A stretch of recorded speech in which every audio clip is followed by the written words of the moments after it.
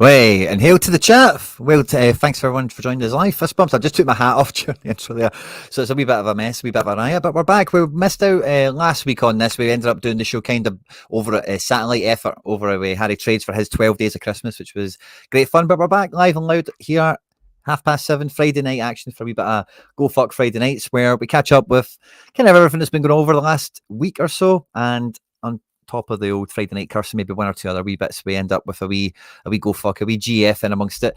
Joining me again back for the, I think almost every time we've been on so far, is Charlie Dunbar. Charlie, good to see you, my man. Very good to see you. Hope you're well over the Christmas period, and everyone else in the chat. Yeah, doing great, mate. Thanks for asking. Good to see you. And yeah, fist bumps to everyone on arrival in the chat as well. And we also have everyone's favourite version of it, Ebenezer Scrooge. It's the one and only McBride Ace. McBride, good to see you, Scrooge. How are you doing, mate?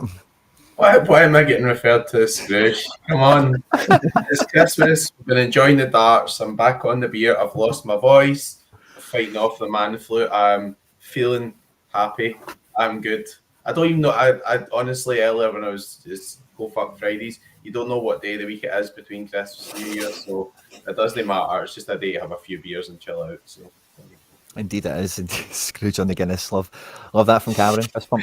And just as we were coming on, guys, we were just kind of getting set into the game week. It's a big full one after having a weird, and a good weird, kind of midweek there with the festive period, Boxing Day football and all the rest of it. And me and McBride Ace were just discussing Celtic squads, tactics, or whatever you want to think of it as. And it looks like we've both had to kind of nail our colours to the mast with who we think is going to be in the team. And it feels like this division for the last couple of weeks has been, and it feels like this game week is going to continue to be the battle of the DNPs. Yeah, just before I say that, it's getting a bit cold in Govan, Quinny, isn't it? -12 over there, so let's hope everyone in Govan's not with their heating on and stuff. But yeah, that's the way it is at the moment. So, even when Celtic make changes, they're still winning in LA, so it's been unbelievable. We discuss this all the time with Joe Hart, how many times we were talking about, he conceded a goal and it's cost us an SO5 win and everything, but this season has just been incredible. So there we go. The Hoops are the best contender team by a country mile. We're here to stay. By the way, see, on that note, I did a wee bit of Christmas shopping over the break, and I brought in an in-season, because I've learned this trick already this year, I bought an in-season Quatra, who looks to be on his way to River Plate, and feels like another contender boss incoming. If any of you guys picked up any cards for yourself over Christmas? You've been good to yourself? We stocking filler? I've been quite good. With when I finished on a podium a week ago, feels like a long time ago now. Yeah, but yeah, I bought a lot of Newcastle players. I bought Anthony Gordon, a Lewis Hall in season, and then a few little bits for Circle of Bruges to just, like, kind of fill out the stack and fill out a few collections. So yeah, been good. Lucas Martinez, quarter, Quinny. He got Yes. your plate? Aye. The thing is, he's an absolute titan of a defender in Serie A, but just can't get a game. And when he goes back to River Plate, all I hear from the River Plate people, and it's mainly Laird and whoever else he guests on his show who also backs River Plate. Yeah, him, my boy. Got a signed shirt. I've got a signed Quatra shirt hanging up in there. Wow. NFT style. I've literally And he's going to be like that. See, when it's like, what River defender do you take away whoever the fossil goalkeeper is they've got? I need that question. I need to get an in-season one, because that's the move. Aye, that's the move. And you're costing me money here, Quinny. Sorry, mate, but like he's going to go to Argentina and be a monster. Yeah, I mean, he could be, but I don't want to say it, but I'm going to could be Argentinian Buscagli. I'm just going to say it now. I get a couple, Quinny. Honestly, I'm trying to put in my secure code and everything here for MasterCard, and you're fucking telling me to shut up. The market's going to go mental in like 2 minutes. I'm literally authorized just now, and you're fucking bumming the guy up. I've really got a few, so I'm all right. You're fine. That's all There's right. enough on the market to go and buy about 10 of them. So it's not breaking news. You know, I got mine for 20 quid the end season, but the 6 hours previous, a bunch went for like 7 quid. And I was like, that That'd have been nice, you know, £7 card. It's up to 30 now for an in-season rare. I'm just going to buy it right at Christmas now. £30 in season, mate. You'll be all right with that. It does seem like I seen your yeah. grade. That's why you're getting called Scrooge. I don't know what you're talking about. I'll jog your memory. Don't worry.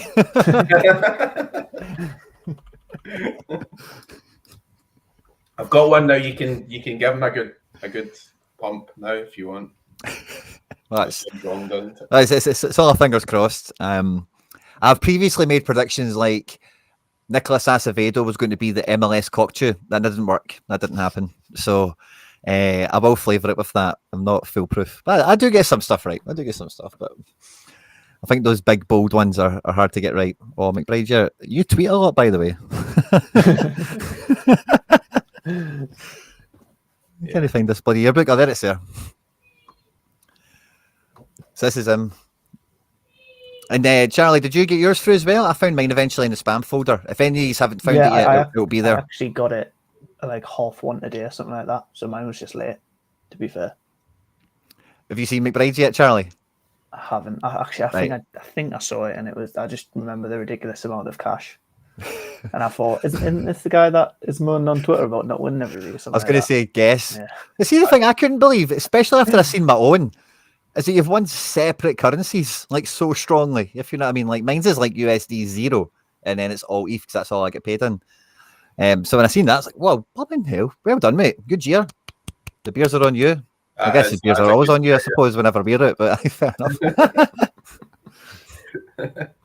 Aye. The only thing that was wrong on it is I never put it on, but it said that Matt Swifer was my best card of the year, so I better not put that on because that just can't be right. Like yeah.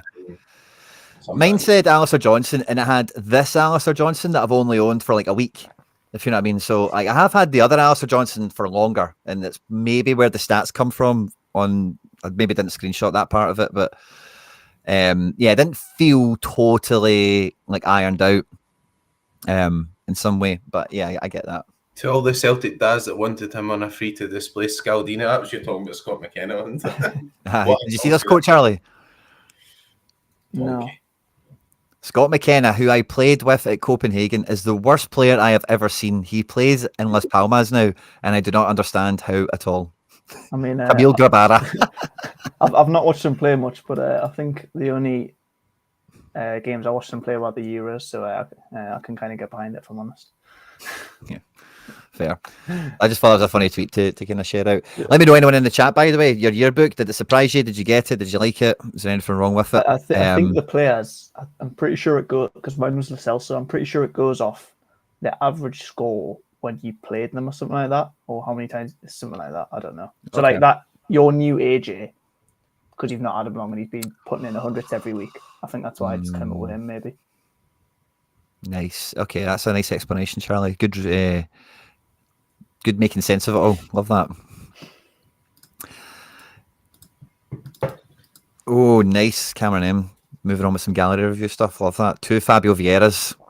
It's the only thing better than 1 Fabio Vieira, isn't it? That's the way I kind of see it. I'm still holding him from the back to the point where he was under 23. Aye. He's ripping it now. Someone also asked a great question earlier. Who do you think is more dominant in their respective region, PSV or Celtic? I think SO5 wise it's PSV because the Biscaglia factor essentially, and now Veerman when he's back. You would say Celtic, really? Yeah, I don't see many. Like I feel like PSV is kind of just Biscaglia, whereas like I feel like everyone in that, maybe it's because of like the circles I'm in of like it's a lot like the members. It's just like pure Celtic. Everyone's got a Celtic staff. Like literally everyone that plays Contender. Yeah, it's wait to Joey Veerman gets fit though. Veerman's been injured, hasn't he? So yeah, that's like, probably that's probably that makes sense. Yeah, I suppose Bakayoko been off it as well. So, and I don't think the keeper is, to be honest, but the keeper's a bit of a problem. I think they're trying to ship him out as well. But I don't know. I just thought PSV. That Saibari's been the talk of the town for a minute. Noah Lang's kind of back again. And then there's some other guys that are halfway. I don't know. I'd have thought PSV. The thing with Celtic, like Celtic are like the easiest prediction for a win, I think, at this moment. but especially over the last month, the team is a fucking nightmare. But it really shouldn't be. Our team, especially Brendan Rodgers, like McBride might remember this, but I was so happy when we got Rodgers to replace Ange, because Ange was mad in terms of his team selection. You had no idea sometimes what he was doing. But Brendan, the first time he was here, and kind of what I've seen of him in the Premier League anyway, has been firmly like a best 11 guy. You know what I mean? But it's having to integrate some of these players, maybe some of them are needing that, or maybe it's just a different squad tactic in general. But he's still a best 11 guy, I think, but he's not quite as best 11 as we would like. Yeah. Like getting behind a collection of a team that's got one of their managers is just pure hell. Like a Motta or Thiago Motta or like the Sociedad manager, you just don't. It's not worth having them. They let you down every other week. It's awful. And you Pep Guardiola. I think Celtic have had all the clean sheets, Quinny. I think the difference. I don't have any PSV, but I think there was quite a few game weeks where they were just like conceding daft goals and things. But like, Challenger's a mad division, right? I remember one of the game weeks I had like PSV done really well, but Messi hit 100 and somebody else had like started with like 200s, and then I got like a 70, and then there was like 2 guys to go. I couldn't win. I could only come second, and where I was like, that's just like, it's totally a mad division, because you've got, when MLS on you, all the number 10 guys are like Gold and Acosta and everything all banging in 100, so you kind of need like perfection, you know. It's like such a high bar type thing. But the MLS comes into its own over the summer and things. But I think at the moment when PSV are running, like, they're just like the best SO5 team in Challenger by a good way. But you know, Sporting have went to pot, and it depends on our teams as well. Charlie made a great point about contender, like Salzburg have been rubbish, Dynamo Zagreb have been rubbish, River Plate are not the team they used to be, so I think Celtic just don't have a lot of competition as well. That's probably the biggest thing in contender. Yeah, we've not even got competition in the SPFL, but we've not got competition in the contender region on Sorare either, which is just a funny kind of side thought on top of that. Mikey Basson makes a good point on the Rodgers best 11 thing. Obviously, play more games now in Europe and whatnot. And Brentford have got a goal with Wissa. Who was Brentford playing again? It was a very tight match. Was it Brentford? Away at Brighton. Away at Brighton. Oh, did Matt O'Reilly start? I didn't get a notification, so he did. 10 in 10 minutes. It's a double game week as well. Yeah. So they've got Aston Villa away later on in the game. Yeah, nice. And Matthias Cunha got 5 games suspended at 5 o'clock this afternoon, which was lovely. Thanks very much, English FA, you pricks. That was a fake thing, Quinny. That's everybody's pulling your plonker. Is it fake? Yeah, I've seen kind of multiple like reports. Like, I think that the tweet everyone's quoting was fake, but like, I think he's going to get banned at some point. This is just toying with my emotions now. I don't know what's up and what's down. What day did they play? It was fake. I'll check. I've just had them on screen there. They play Sunday. I'd be worried. Yeah, he's going to get banned at some point. Like, because he just elbowed someone in the back of the head. But... overturned that goal against Brighton. Oh, brilliant! I've got bought. Yeah. Oh, O'Reilly's killing it. It's a great sign. Long overdue as well. Yeah, he's had loads of problems, injury and everything, hasn't he? Like, even when he came back, I thought, he'll get in the team now and be playing regular, and then just not really had any sort of run of. I think the thing with Brighton, they've got so many good midfielders that it's hard to nail down position. Like, the only one that seems kind of nailed is Baleba, and then the rest is just a complete free for all. They've also been quite bad as well past few weeks, so that doesn't help. He's a monster, Baleba. He could play like anybody in the English Premier League. Like, such a good player. Like, he's competing with a Yari, like Matt O'Reilly. So like, it's not. They've got Weaver as well, who he's kind of competing with. It's not. That's maybe a good start. Well, back to 0-0. Clean sheets are back on for the Bart squad. So yeah, that's a bit of fun Friday night action underway.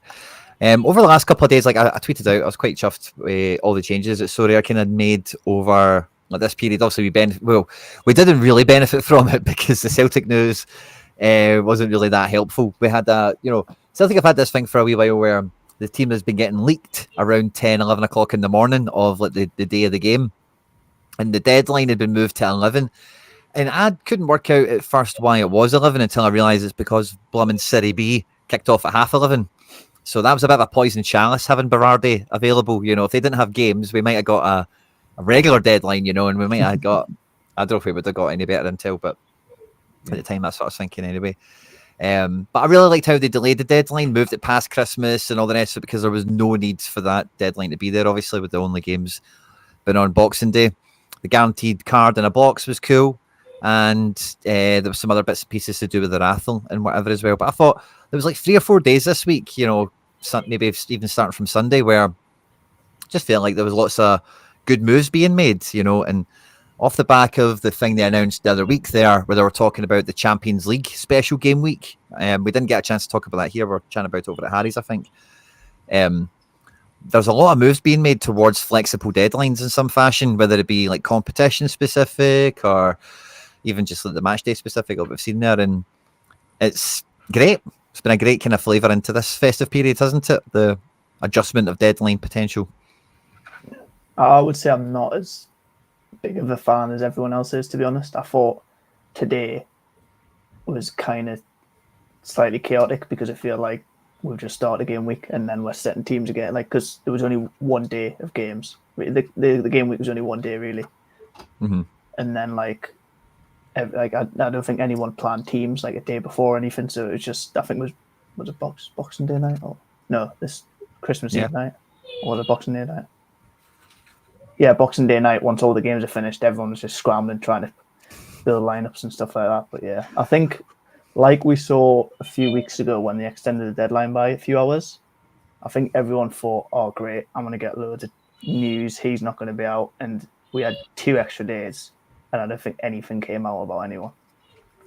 No. Like, I feel like people expect when people want flexible deadlines, they're like, oh, I'm not getting any DMPs. Like, you know what? You don't get any news between that and what they moved it to, like, personally. There was potential, but it hasn't happened. Like, I don't feel like there's barely any news that you would get. Yeah. I like the idea of it being like kind of tied into like the competition kicking off a wee bit more in terms of if there was any flexibility. But I think it makes sense. Like daily game weeks, it's kind of that's overkill. Yeah, I think it makes sense. Obviously, like it did on one-offs, but like I think if it's like you've got to be on your your computer or your phone or your laptop just way too much. If it's like if they're moving stuff about and like it almost made it harder for me because you do your lineups for the Boxing Day game week and then you're straight back on after them game weeks are finished and trying to sort stuff out and because you've not even planned anything and then you've got to submit them and it's just I think it was I liked it in theory, but when coming to this morning I thought it was slightly chaotic. Yeah, that was always going to happen, but like I get what you mean, like, but they gave people an extra 2 days, so that was for the midweek, and then if you're going to be doing your lineups this morning, it's been opened. It's been opened. Like they've got the actual game week open, so you could have went in and done them anyway. I think it's actually like been a really good argument for and against making flexible deadlines. The argument against flexible deadlines has always been that somebody will forget about it and they'll just say, "Oh, it's been changed," and all that type of stuff, and you don't get used to when the deadline's supposed to be. And some people start missing it. But remember, Quinny, we hated this, but remember when there was like the deadline get moved for the World Cup and the Celtic game get cut out, and the argument was that they wanted to make sure that people had extra time to set their lineups. And obviously we were raging that because they completely cut out a Celtic game and just said, right, okay, focusing on something else. But the whole argument was to give people more time to set their lineups. So I think if they do more of this, but they make it a more regular thing, people will become more aware of it. The thing for the last group game or whatever, the Champions League in the Europa has been completely nailed. That'll be a huge success because when we do that at the end of January, what will happen is there'll be some teams who have got really good matchups, but will have already qualified, and you've been no way of knowing what the lineup's going to be. So you're going to get to that point.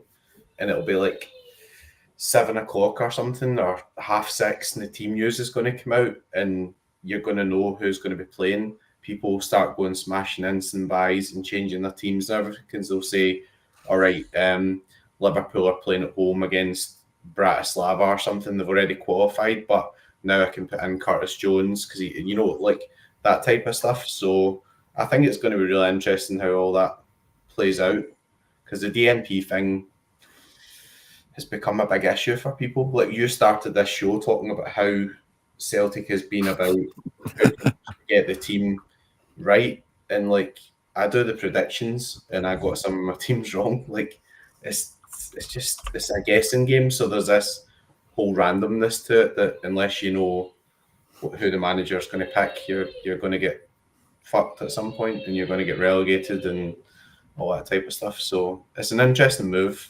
See how they cope with that. But you could definitely have a later deadline just now for a while, because you've got no K-League on, you've got no Friday games.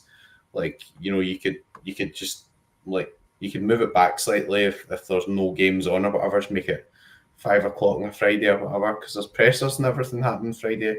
How annoying is it when Celtic have got a game and the presser comes out at 3 o'clock?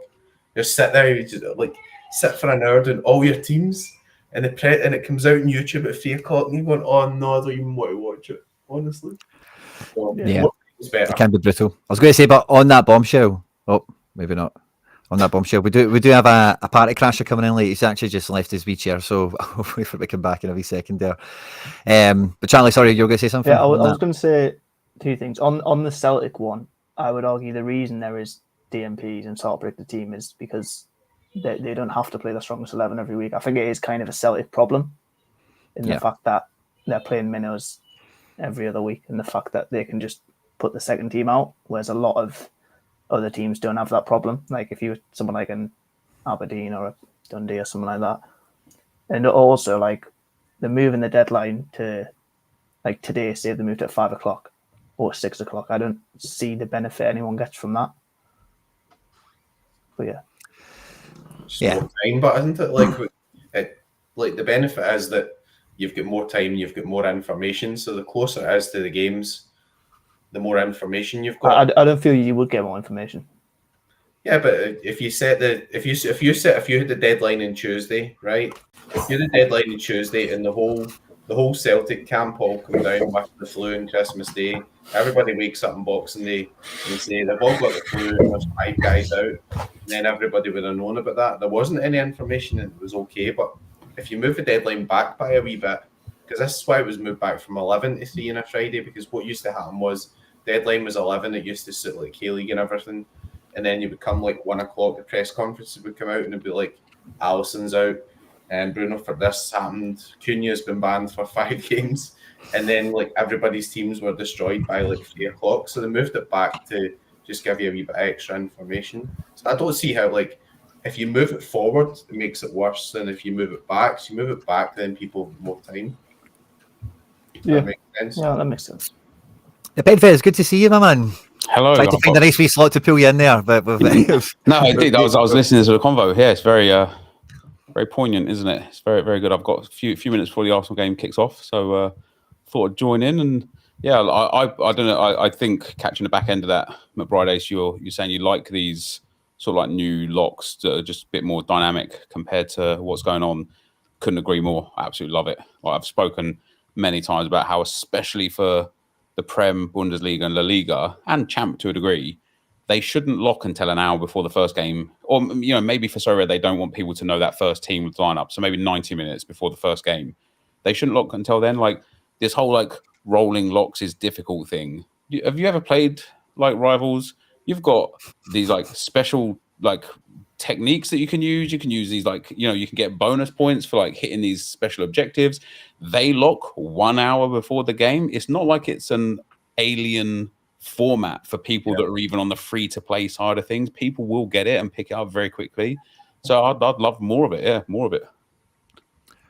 I think for the league specific, it feels like an easy thing to do, just as as a quality of life thing, because like, a lot of the changes are like quality of life focused. That was the whole thing. Like, have your Christmas dinner. Don't worry about your teams. We'll just we'll just shunt them back to Boxing Day, and it's definitely like customer focused in that regard. So like, there's so many like obviously.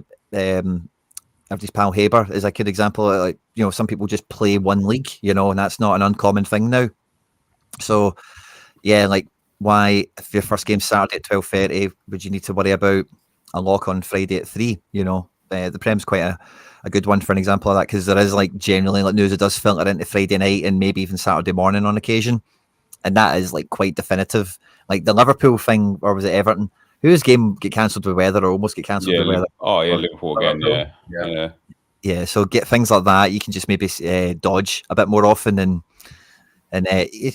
sometimes if that means you've still not got a team, it doesn't fix your problem, but it just means you've not got the heartache then of you get into the game week, you're like, right, we're going to beat Everton, and then no, you're not. It's an interesting week this midweek for me with Arsenal, because we've got Brentford and I've only got All-Star to put them in. And it's a bit of a pain because, I was promised 38 games of utility in the Premier League comp, and now I don't have it.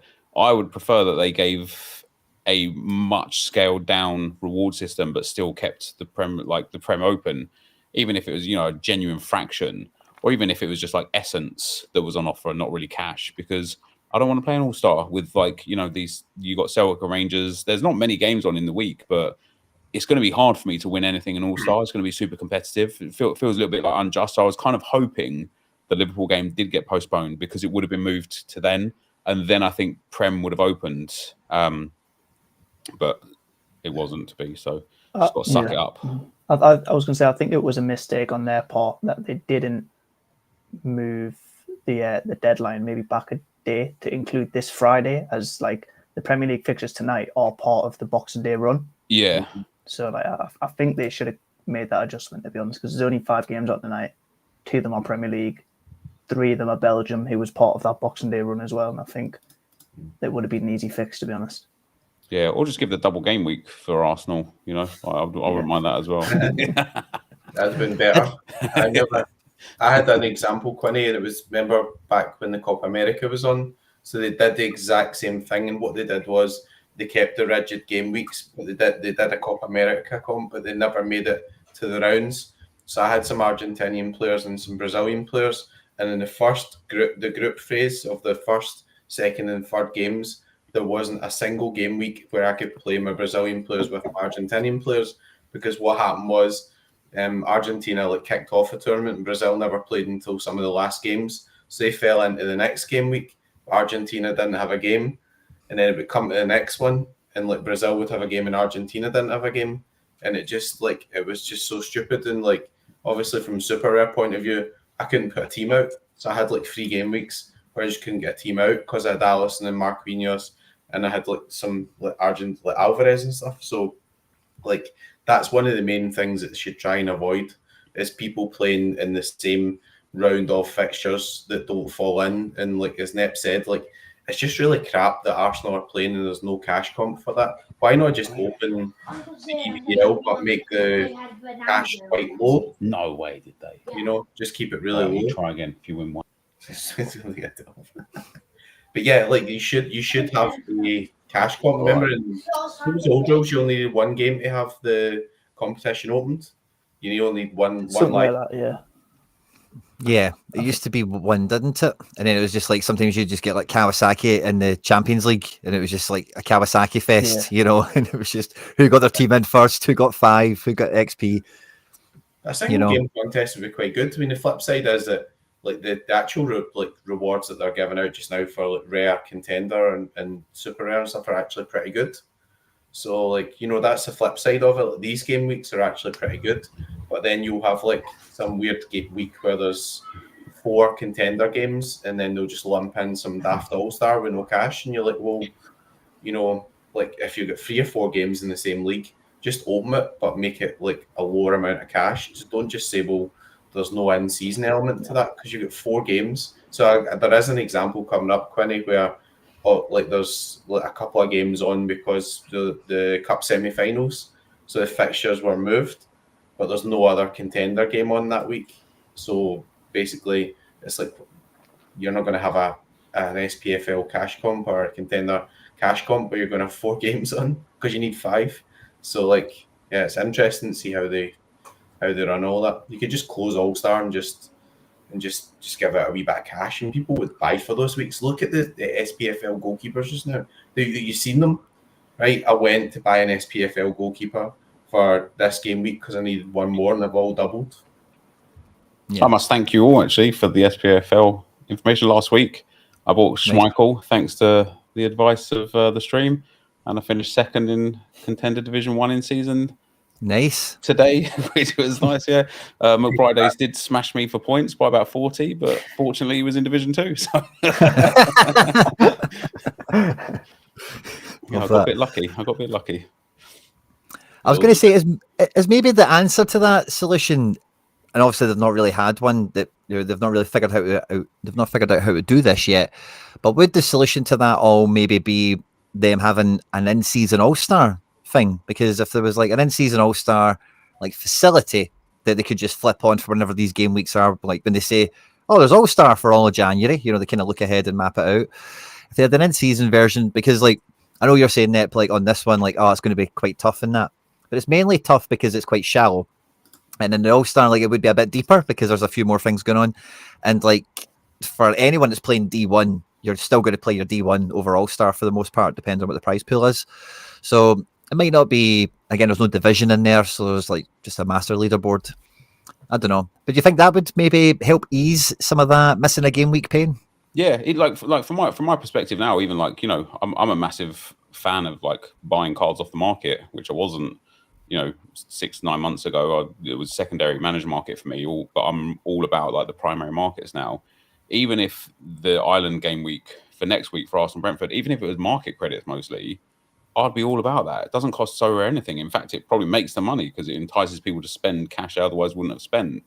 I would be content with like, top 1,000 spots getting like a box that contains market credits. You get 1-star box at the bottom, a 5-star box at the top, and you get some market credits based on it. At least then, like, I get that feeling of, okay, maybe I won 60 quid's worth of market credits. Nice. I can go and buy in-season Tonali now, like, at half price. Like, it's a big win. But as it is, like, the prize pool for All-Star is poor, and you could get contender cards, you can get challenger cards, and I'm using these Premier League cards that I've spent a premium on to win potentially like contender cards. It would be a good fix. I also like I spoke to Sean PSU fans about this some while back as well, and I told this to Sorare, and they were really interested in it, but we haven't seen it implemented yet, so we'll see if it comes. But I think to remedy like one of the issues that McBride has had this week is like I think that they should have a podium for all divisions, so the top 3 scores of all divisions also get a rewards. That way, if you're in like Division 4 or Division 3, or in McBride's instance now in Division 2, and you get top score, you still get top reward. So it still rewards the best scores whilst you're going up the divisions if you're like a new player or something, because it must be a massive, like, it just can't be incentives to play if you're thinking, well, crap, I'm in Division 4. I don't want to spend a crap ton of money on like a huge stack, Celtic or Rangers stack, to have to spend a month getting up to Division 1. Yeah. So I think that would be a good remedy. They liked it. They liked the idea, but that was about maybe 6 weeks ago that I suggested that. So the fact we haven't seen it yet, maybe it's in the works, maybe it's not, but maybe it's for next season perhaps. Or January. So like that. The update's going to come in January. Oh, yeah, it is, yeah. I think you're right. I mean, my frustration with divisions is not that there's divisions in the first place. It's just like, Carter Vickers and Trusty were ill, and that's why I get relegated. So, so all my teams all started in Division 2 this game week, which was a really good game week as it turns out, but I don't feel as if that was because I'd done anything wrong or because I performed badly or whatever. It's just because Celtic had the flu, and then obviously you mentioned like one of those weekends you had like Salah and stuff. He still managed to stay in because everybody kind of destroyed by that Liverpool wise, but it's not really a good way to promote and relegate people, because mostly people who are getting relegated are because of DNPs and not because of bad performances. So maybe they can just do a wee bit better on that, maybe make it roll over a couple of game weeks or something, so that you do really well, you feel as if you're performing really well in D1 10 weeks in a row, everybody's got the flu, a couple of injuries, you get relegated, and then the next week you're playing for worse prizes, and you're like, well, that's it's not really, doesn't seem very fair. So if they change that a wee bit, or if it did what you said, that would be good, because that'd be a wee bit of compensation, right? It's like, you know, the best 3 scores are still going to win something pretty good, even if you're in a lower division, which would be quite nice. Just fixing Sorare's problems, aren't we? Yeah, I like that a lot. A kind of master podium, you know. Yeah, it would be good. And then would you do that cross region then? So would there be like a master, contender, challenger, prem, etc.? Yeah, and it would definitely get me a bit more interested. You know, you talked about Haber and how he's in Premier League only, and I really rate that, because like right now I've got 15 rare essence, and it's 12 prem and 3 global, so it's effectively all prem. And I'm like, I just don't want to play contender now or challenger and get some essence that's going to like muddy my pool. But it largely that's because I've got really low rated teams. I've only got 1 Division 1 team in season across both of those like tournaments. But if there was like a global or like, you know, an overall prize of like I think it should be better. I think the top score should get the top prize. Yeah. And so if it does, all of a sudden I would be like, yeah, I will go and buy some contender and challenger cards, because I wouldn't mind kind of like sullying the essence that I've got from the Prem if I've got the chance of hitting like £1,500 or £2,000 in Division 4 or Division 3 if I absolutely smash. Yeah. It makes it a lot more kind of feasible, doesn't it, to just get started from zero? Yeah. You know. Yeah. I hate that about the lower divisions as well. Like some of the people who like they get their big weekend and they hit like 550 or whatever, and in the past they would have smashed up a really good amount of money. And I know like there's obviously a kind of value for being in the top division, but it kind of reduces like the kind of value of those big performances. So everybody used to dream about like they would get their big win, they would win champ, or they would win the under 23s, and they would get an Mbappe or whatever. And like now, if you're in the lower divisions, your maximum wins reduced to like some of the limited EPL wins are like Division 4, it's like £100 or whatever. So there's no real like excitement behind that. So if you had like a top 3 leaderboard where there was like, you know, a bit of a Brucey bonus on there, it's like £500, £300, £200 for the best 3 scores plus the divisional prizes, then everybody in all those divisions would all be hyped about what would be the best score. Whereas now it's like, well, you know, yeah, it works a lot better in limited and stuff, but I think the higher scarcities, it just doesn't really work at all. You just like, why do you need to divide Super Rare into 3 different divisions when there's only 5 games on? Like, that is the question, right? Like, yeah, I agree with the Super Rare one. Super Rare just doesn't, I'd argue it doesn't even need divisions. Or it needs like 2 instead of 3. It's like 2 entries and a cap, you know, like so that you've got like something for the underdog cards, you know, like your 240 or 220, and then the other guys can kind of fight it out. And also, see, once you throw all that money in together, the prizes might actually start looking a bit better as well. Yeah. You know, if all of a sudden first place is like $7,500 or something, you'd be like, let me actually let me go and buy some Super Rares, because one win. And like in Rare and Limited, you're going to pay 100% return on investment. Like, it's very enticing. And with the lack of Super Rares available, I'd like, especially for in season, you want it to be that competitive, don't you? Because you want to know if you've got a premium card and they pop off, you couldn't like some rando that's, you know, limited level that's got, I don't know who popped off this week, like a wall stack again, isn't just like pissing all over you, because who's going to have a wall stack at Super Rare level? Would be like, it wouldn't be very smart, but then you could have a wall stack at Super Rare level and you probably would scrape like rewards consistently. Like one of the things that I did well, like, you know, I bought the Celtic and Rangers goalkeepers, and then Butland had a baby or something, like got married or some crap, and so he was out. It went down as an injury, didn't it? But then there was like photos of him going to his like baby's birth or whatever. And I'm like,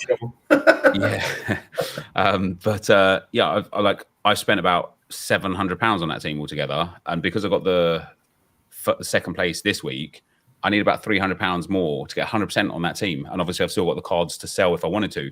And it's like, now I can kind of play it like carefree, because I know I'll hit a few like 10th or 12th places where I'll pick up 30 or 40 quid and I'll pay off all of those players, which is really, really nice, because if you could have that in super rare and unique level, where you can kind of scrape rather than have to win consistently, people would be way more engaged, and that fight for super rares would come back, giving them that value of like, okay, I've got a premium super rare. You know, when I bought Haney Mukhtar super rare about 18 months ago, I swapped his rare at about £1,000, and literally within about 24 hours of me buying him, I had like a lot of whales being like, do you want to sell him? Like, I'll give you 300-400 quid on top. Like, I really want this card because he was so hard to get hold of and he was so good at scoring. But now it's like, I don't even look at super rare because I couldn't care less, because the prize pools are barely higher than rare. And it's like, why would I want to pay 5, 8, 10x for a card to earn like 1.2x on the prize premium? It just doesn't make any sense. Yeah, I saw a tweet on someone saying like they won Prem D1 in season, something like that, and I didn't realize how much it was. Like it was £1.5 to win Prem, and I just feel like, I think in rare it's like what, 3.5. I just feel like some of the game weeks is, I think 2.5 sometimes as well. Like, I can't believe the multiple that you can just win in limited. But like, I feel like it should maybe because that play rare, but like I feel like that should be moved up. Like, would they miss out if it was like 800 quid a grand compared to like £1.5? I just feel like it's a lot. Like, how much would you pay for that top limited team for in season? A couple hundred? Yeah, a top team. Yeah, easy. Yeah. And like, you can 5x your return if you win. It just seems mad, personally. Yeah, I think the thing with the super rare part in particular is just that they've just not got the muscle to kind of push it to where we all kind of believe and where they probably are aware it needs to go. I'm just going to mute the guys that aren't with us right now, just because I know they're probably fighting some fires, got some stuff in the background to deal with. I love the fact that people can crash in with us on a Friday night, of course. But yeah, so it's not really a part of the game I pay much mind to. Although I did just win my third super rare in season, so I can now actually play super rare in season, and it's only taken me like 3 months to win the amount of cards I thought I would win maybe a month into the season, and that's maybe down to my card quality more than the strategy itself. But here we find ourselves. So yeah, it's not really something I've paid much mind to. It's been mainly rare and limited a little bit to a tiny extent, but I think the prize pools I'm pretty happy with them overall. Like, I think part of it is, but the scaling part when it comes into some of the divisions and some of the regions, it maybe came a bit lackluster, like we're kind of talking about. Yeah. But I'm trying to think what else there was. There was a few things on the little agenda that I'd kind of thought about before coming in to this. There's McBride back with fresh beer. In terms of some of the stuff that they'd put out, some of the stuff that they'd announced, and what was yet to come. I really like the kind of scouting dynamic change that they've put on site as well, the new kind of little dashboard and stuff. That's a lot of fun. But there was definitely something else that had kind of been announced or discussed or whatever. I thought, oh, that's really good that I've not brought up yet. There was the Rolling Locks thing, which is fantastic, obviously. Guys, it's been a pleasure chatting, but Arsenal have just kicked off, and my son just won a squad battles game. So, Buzz. Yeah, he's well happy. See you next Friday, maybe. Well, Take care, buddy. Yeah. Thanks for popping in. That was good to have a gate crasher when they come in. Love to see that. And I thought as well, like, I seen somebody saying the Arsenal team was out, and I was like, there's no way the Penfest is going to be sitting with us rather than watching the Arsenal. So yeah, great to see him as he pops in to hang out with us a little bit. And I guess while we're kind of between kind of talking points and whatever, guys, I've been sitting here looking at this for an hour and 15 minutes. Yeah. So I'm just going to click it, right, and we'll see what it tells us, and we'll kind of go from there. I'm not opening the boxes. I'm going to save the boxes for Hogman A, because I'm on 11 before today, and I think I get like maybe another 10 boxes today or something. All promoted. Love to see that. But I'll open the cards. I got a tier 2, which should be decent. Can I look at the pool before we reveal the card? I don't think so. I think I just click this and then it happens. And then look at it if you wanted to. But can I? You can click in the top right and then look at the pool. You don't have to do what you want. But. Let's do it. Yeah, let's do it. So I did look at it, and it was like a bag of Jaggies, the pool. Was it? Yeah, it was kind of all over the place. So tier 2, you know that's not going to be the stars, right? Yeah. But you don't want to see Jeopardy, I think it's safe to say, in tier 2. Whereabouts are you in the tier 2s? High, I don't know, mate. I'm third. I must be high. Third in D1. Yeah, you probably are the top, surely. Yeah, look at the top. I probably want Corridor the most of that page. What, Craig Taylor? Come on. And in season, Greg Taylor, I do not need another. I wouldn't mind Josh Ray. Better not get a Rangers player, but yeah. It's a wee bit, it's alright, isn't it? But I think the other leagues are finished now, so they're probably taking out, like, obviously all the Japanese cards, the K-League cards and everything have all come out. So now you've got, like, reduced divisions and all that sort of stuff, or regions, then they just don't have as many cards. And, you know, it's like Contender overall is not really as good quality-wise as, you know, the Champ ones. So Sinisalo is in here. How wild is that?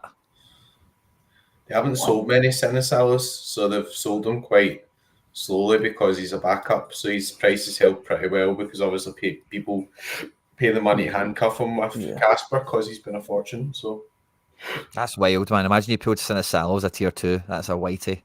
I think actually you'd probably sell him pretty easily, or from your point of view, if you don't have one and you know a good card just to keep, because you just never know. Like Casper's wife might have a baby or something. And last sale, well, £35 floor price for Sinisalo. So let's see. Let's see who we get. It's going to be Greg Taylor or Craig Gordon. I can feel it. Taylor, I'm going for. You know, Craig Gordon's old. Forward, Brazilian. It's Danilo. That's a Rangers player. Well, it makes it easy to sell, I suppose, doesn't it? Are you not going to give him a game week? Nah. Next game week is Celtic Rangers, mate. You joking? That's your piece I was getting last week. Fair enough. Yeah, fair. Yeah, give him a game week. Giving me there, that is absolutely brilliant. Aye, fair enough. But yeah. What does he go for? He's on form, which is decent for me, I suppose. You going to rip him open? No, I don't think I want that in my factory. Just leave him inside the packet. 30 quid, 50 quid. What's the deal there? For tier 2, I think that's a pretty good win. Like, you know, cosmetics aside, like who it is and what the kit is and all that. Sell, isn't it? Yeah, so 30 quid, or instant buy, yeah. So that's probably market credit spiking that a little bit. So yeah, 30 quid list, that's fine. What's 30 quid in ETH? 30 quid. 0.67. Oh, would I sell it to someone for 1967? So that needs to be on a Rangers fans gallery. Would I do that?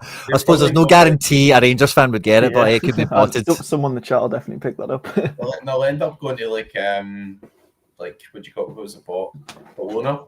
Yeah, there was a mad sniper, wasn't there, for a while? Yeah, 7-day list. That'll be gone hopefully in no time. Have you got Matt O'Reilly in a team? I've got Matt O'Reilly in the Cap 240 Limited by Angus Gunn. He's flying. 63. Yes. Come on, Matt. Make that game your own. Make that team your own. Love that. And Never played them. I know we're speaking of keeper handcuffs a few weeks ago in row 1. Flecken off injured. Under 23 keeper on. Yeah, when Nep was here, that little bit of Friday Night Curse happened. We had the Flecken thing, which you've just spoken about, and there was another one before it. Who was it now? I'll scroll back. Koosman's conceding a screamer 8 minutes in. Friday Night Curse is real. The goal's a joke, apparently. So yeah, Anderlecht were like a top 5 team this game week. They're winning 2-1 now. Flecken still had a 52. That's probably going to be more than my goalkeepers will score in the whole of the game after 10 minutes. You got an error let shot in that as well. Wow. Jesus. I've actually got Valdimarsson as well because I was using him in the under 23s for Iceland. So wow, that's a good result for you. Jesus. I've got Flecken too, so it's like 6 and 2 threes type thing, you know. But yeah, aye. Well, good banter coming from the chat as well about the Rangers card and all the rest of it, but some great contributions as well. Sorry, Josh, I'm going to just change where we're sitting so the comment doesn't like kill anyone's face or anything, but I think divisions are necessary to satisfy the 3x entry. I think it's a great point. You see it with the Champions League comps, incredibly competitive and demotivating to play a lot because they're clustered into one spot. That's quite a fair observation, I would say.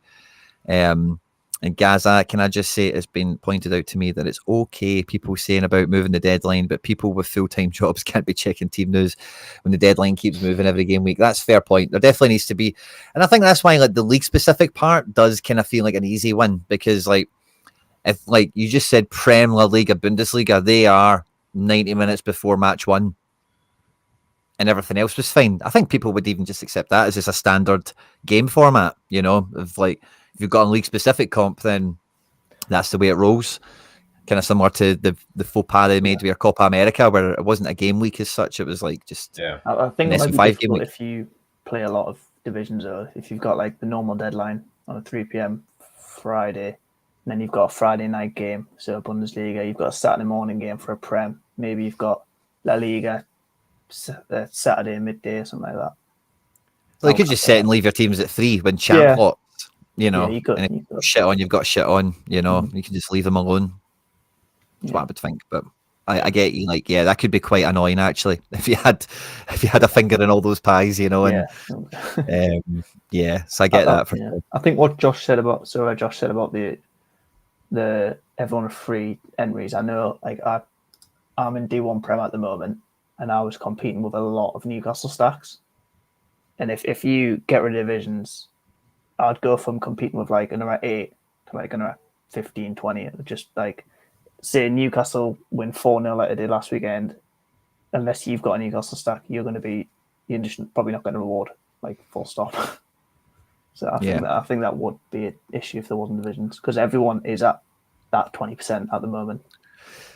I didn't want to say it on the super rare front because, again, it's just not something many people play, and I say I've not given it much thought. But like when I spoke to Sorare, I actually said I think super rare could do with another division, to be quite honest with you, because when divisions came out, I thought like, oh, that's going to shelter me from some of the heavy hitters. But see, if you're in Division 2, you're fucked. Like, you know what I mean? It's like Division 3, you're sheltered from people. And that's why I've won some cards this month, because I've figured that out. You know what I mean? But Division 2 is just an extension of Division 1. It's not any different, you know, really, for the large part. So it's just a weird one in general, because the divisions, like, you feel it at rare, you definitely feel it at limited, that I got promoted in D4 and D5 limited this game week with Celtic 4-man teams. You know? I've got like some of my shit teams in like D3 Prem, and like you're not even looking at the result of Liverpool or Arsenal because you're just not affected by them at all. Like, no one's got them. They've maybe got like a Thomas Partey in there at best, and it's just like, But on the what you said earlier, Brian, about like people should be like, say Wolves popped off this week. Like, I know Nanik, who has the famous in-season Wolves stack. I think he purposely played it in D3 because they were against Man United. And like, like the way I see it, like a lot of people just take the hit and think, no, I don't want to play against Liverpool stacks and I don't want to play against Newcastle stacks. And I don't think they should be rewarded for 90% of the time them not wanting to compete against the top teams. Yeah, I think that's quite interesting. So in Super Rare, the reason I think like it's different in season and Classic, because in Classic they don't have enough rewards. Yeah. So in Classic you'll have a DMP, you'll go down to D2, and the best you can win in Contenders a tier 3 Super Rare. Yeah. You know, you'll get more expensive toilet paper than that, like, to be honest. So like it works better when you're handing out cash in limited and stuff. It works pretty well because like the EPL is quite gradual, and a lot of the best stacks are going to be in the better divisions, all that. But as you get up towards the higher end, it's like kind of different. Your point about the Wolves stack and stuff, there's other ways you can segregate cards. It used to happen in the past. You used to have a caps, you had 220, 240, and 270. Nobody would ever play a Wolves stack in cap 270 if they qualified for cap 240. They put it in cap 240.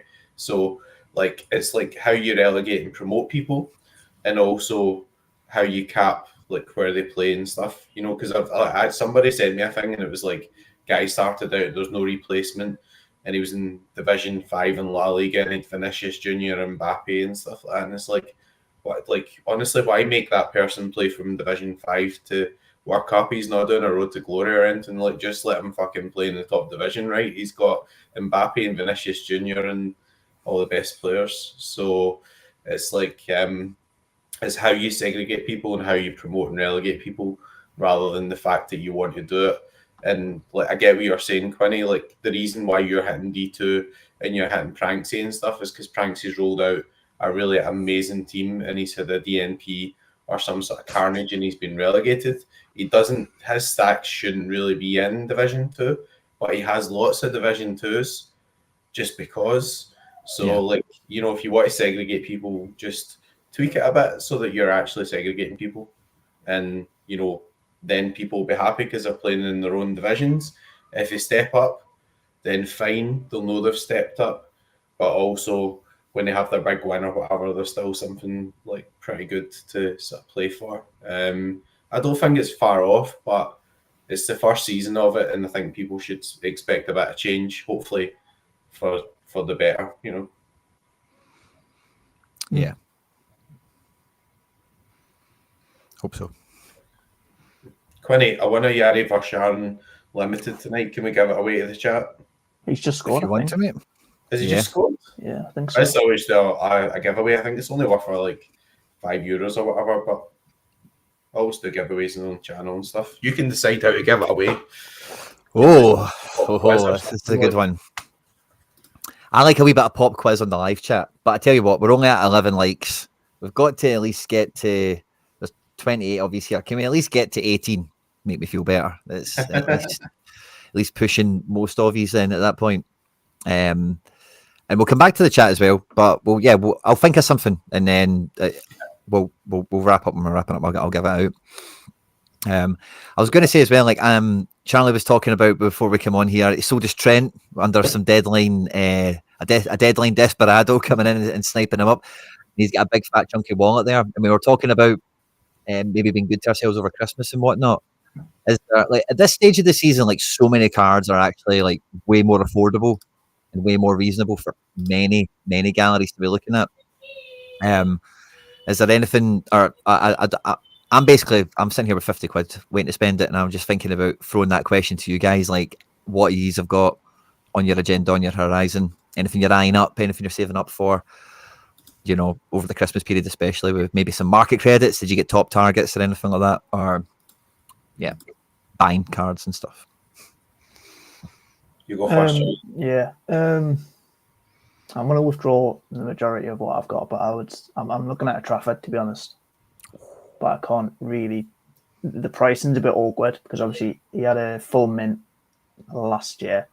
He's only got a really small run this year of 22 cards, but they're priced kind of the same because they're both quite scarce. So I'm kind of waiting for the price to get to a normal value.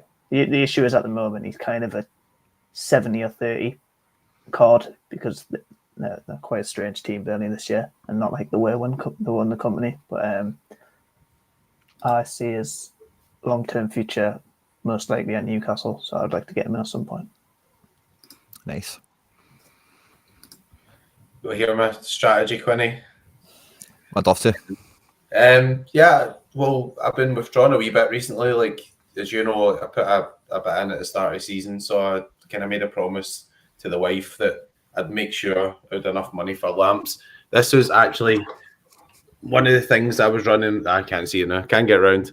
I've got one of our Love Heart lamps in here behind, and that was like my initial lamp that I was using for the YouTube channel. So we'll need to sort out the rest of the house. But I am just going to wait for the MLS and early access cards and stuff now. So I realised recently that when you were winning the sort of auction credits and things, it was rolling over if it's the same percentage. So before I would get them, and I'd be like, you know, see a card and I'd be like, I'm just going to go and buy somebody. I actually bought Robbie McCrory earlier because I needed a goalkeeper for a team. I know. Well, I got him. It was 40 quid, and I get 20 quid off with the market credits, and it let me put a full team out of like Celtic guys that I was going to not be able to get out because I didn't have a goalkeeper. But I'm gonna roll them up, and I've started taking a bit of Ethereum as well rather than cash. Because when I get cash, I'm quite tempted just to take it out and just do real life things with it, and just like I'll like pay a bit of deposit towards my holiday, or I'll, you know, do this or I'll do that. But I'm going to build up a wee bit of Ethereum, and I'm want to try and get ready for the early access for the MLS in the summer. So that's my plan at the moment. I kind of feel like I haven't really get in amongst this neon stuff. Like, I know there's the limited thing and it's like a big competition, but like Celtic obviously are not running that weekend, and I'd kind of bought a lot of cards before Christmas for the spell, like, you know, the English Premier League and stuff, and I've been buying my Brighton guys and everything, so I feel as if I've already sort of bought into that. So there we go. Gaz is saying you get £71 market credits. Yeah, I mean, if you can keep rolling it over, like those will be really valuable if you can get some early access stuff with it. So I was going to say it is quite easy to just roll over. All you need is what even just £1 worth of credits a month, and you've rolled over. So it's like it is quite good, the system they've got going. Like, whether they want it like that to the point where you can just hoard it until the new season drops, I don't know, but it is good. Yeah, I really like it. They've went for flexibility, and like you were saying earlier, Quinny, like there's a huge feeling that like Sorare have went for like user convenience and stuff again. It's like, we're doing this to suit you. We're changing the deadline to suit you. We're doing this thing in January to suit you. We're running a permanent all-star, so you know there's going to be an all-star there. We'll have less. We'll still have a special, but we don't need to do two. You know, so it's all been kind of refined based on feedback, and I really like that they're thinking about that. And I think the neon stuff was a success, right? I know the advent calendar was like a lot of promotional stuff with cards, but you know, when the champ one was on, everybody was shopping like Posh Spice and Coke. It was like people were like, yes, I'm just gonna I want like 1 million boxes for Christmas Day or whatever, and like, fucking hell, man, it's like, I'm just gonna come down on Christmas Day and just open my bottle of Madry and my actual presents. But like, people were like, I'm waiting for the champ day and I'm gonna go bananas and buy my backups or whatever, you know. But it did really work. So it was good to see for the site as well, because obviously, despite our feedback, there's been a lot of like thought gone into it, even if we don't like some of the elements of it. So yeah, I thought it was really good. Yeah, I got one of the feedback little surveys a few weeks ago about the specials, and it was just all about all the different specials and like, what do you think of them? How do you feel about them? Like the amount of people in, the rewards, how you have them in your priority list. And yeah. It does seem like not everyone's getting all these surveys, but like they are putting a lot out and they're just trickling to X amount of users, like page every other week or so. So it seems they are taking a lot of the feedback on. Yeah, I got that one as well. Yeah. You just reminded me that we spoke about the yearbooks already. I think that was the thing at the back of my head a minute ago. But we already actually touched on them briefly when we were talking to Scrooge here. And I think Graham is trying to get me here. He's trying to get me here. Danilo has said yes to joining Napoli. It's not Rangers Danilo, that is Juventus's Danilo. And one of the most Antonio Conte transfers you're ever going to come across in your life. That's just surely going to reinforce their push towards the top of the table. It's got to be a back three again, surely. Got to be. It's got to be. Yeah, it doesn't feel like a Conte side of our back three, does it? It doesn't feel right with a 4-3-3 they've got going at the moment. You can't be Brian Danilo for fullback in that Napoli team. He's not getting in right back or left back, surely. No. You know. And did they need another centre back? Maybe like for a minute, but when Buongiorno's back, no. So yeah, I'm with you. Could be a good move. Danilo was my first smasher defender.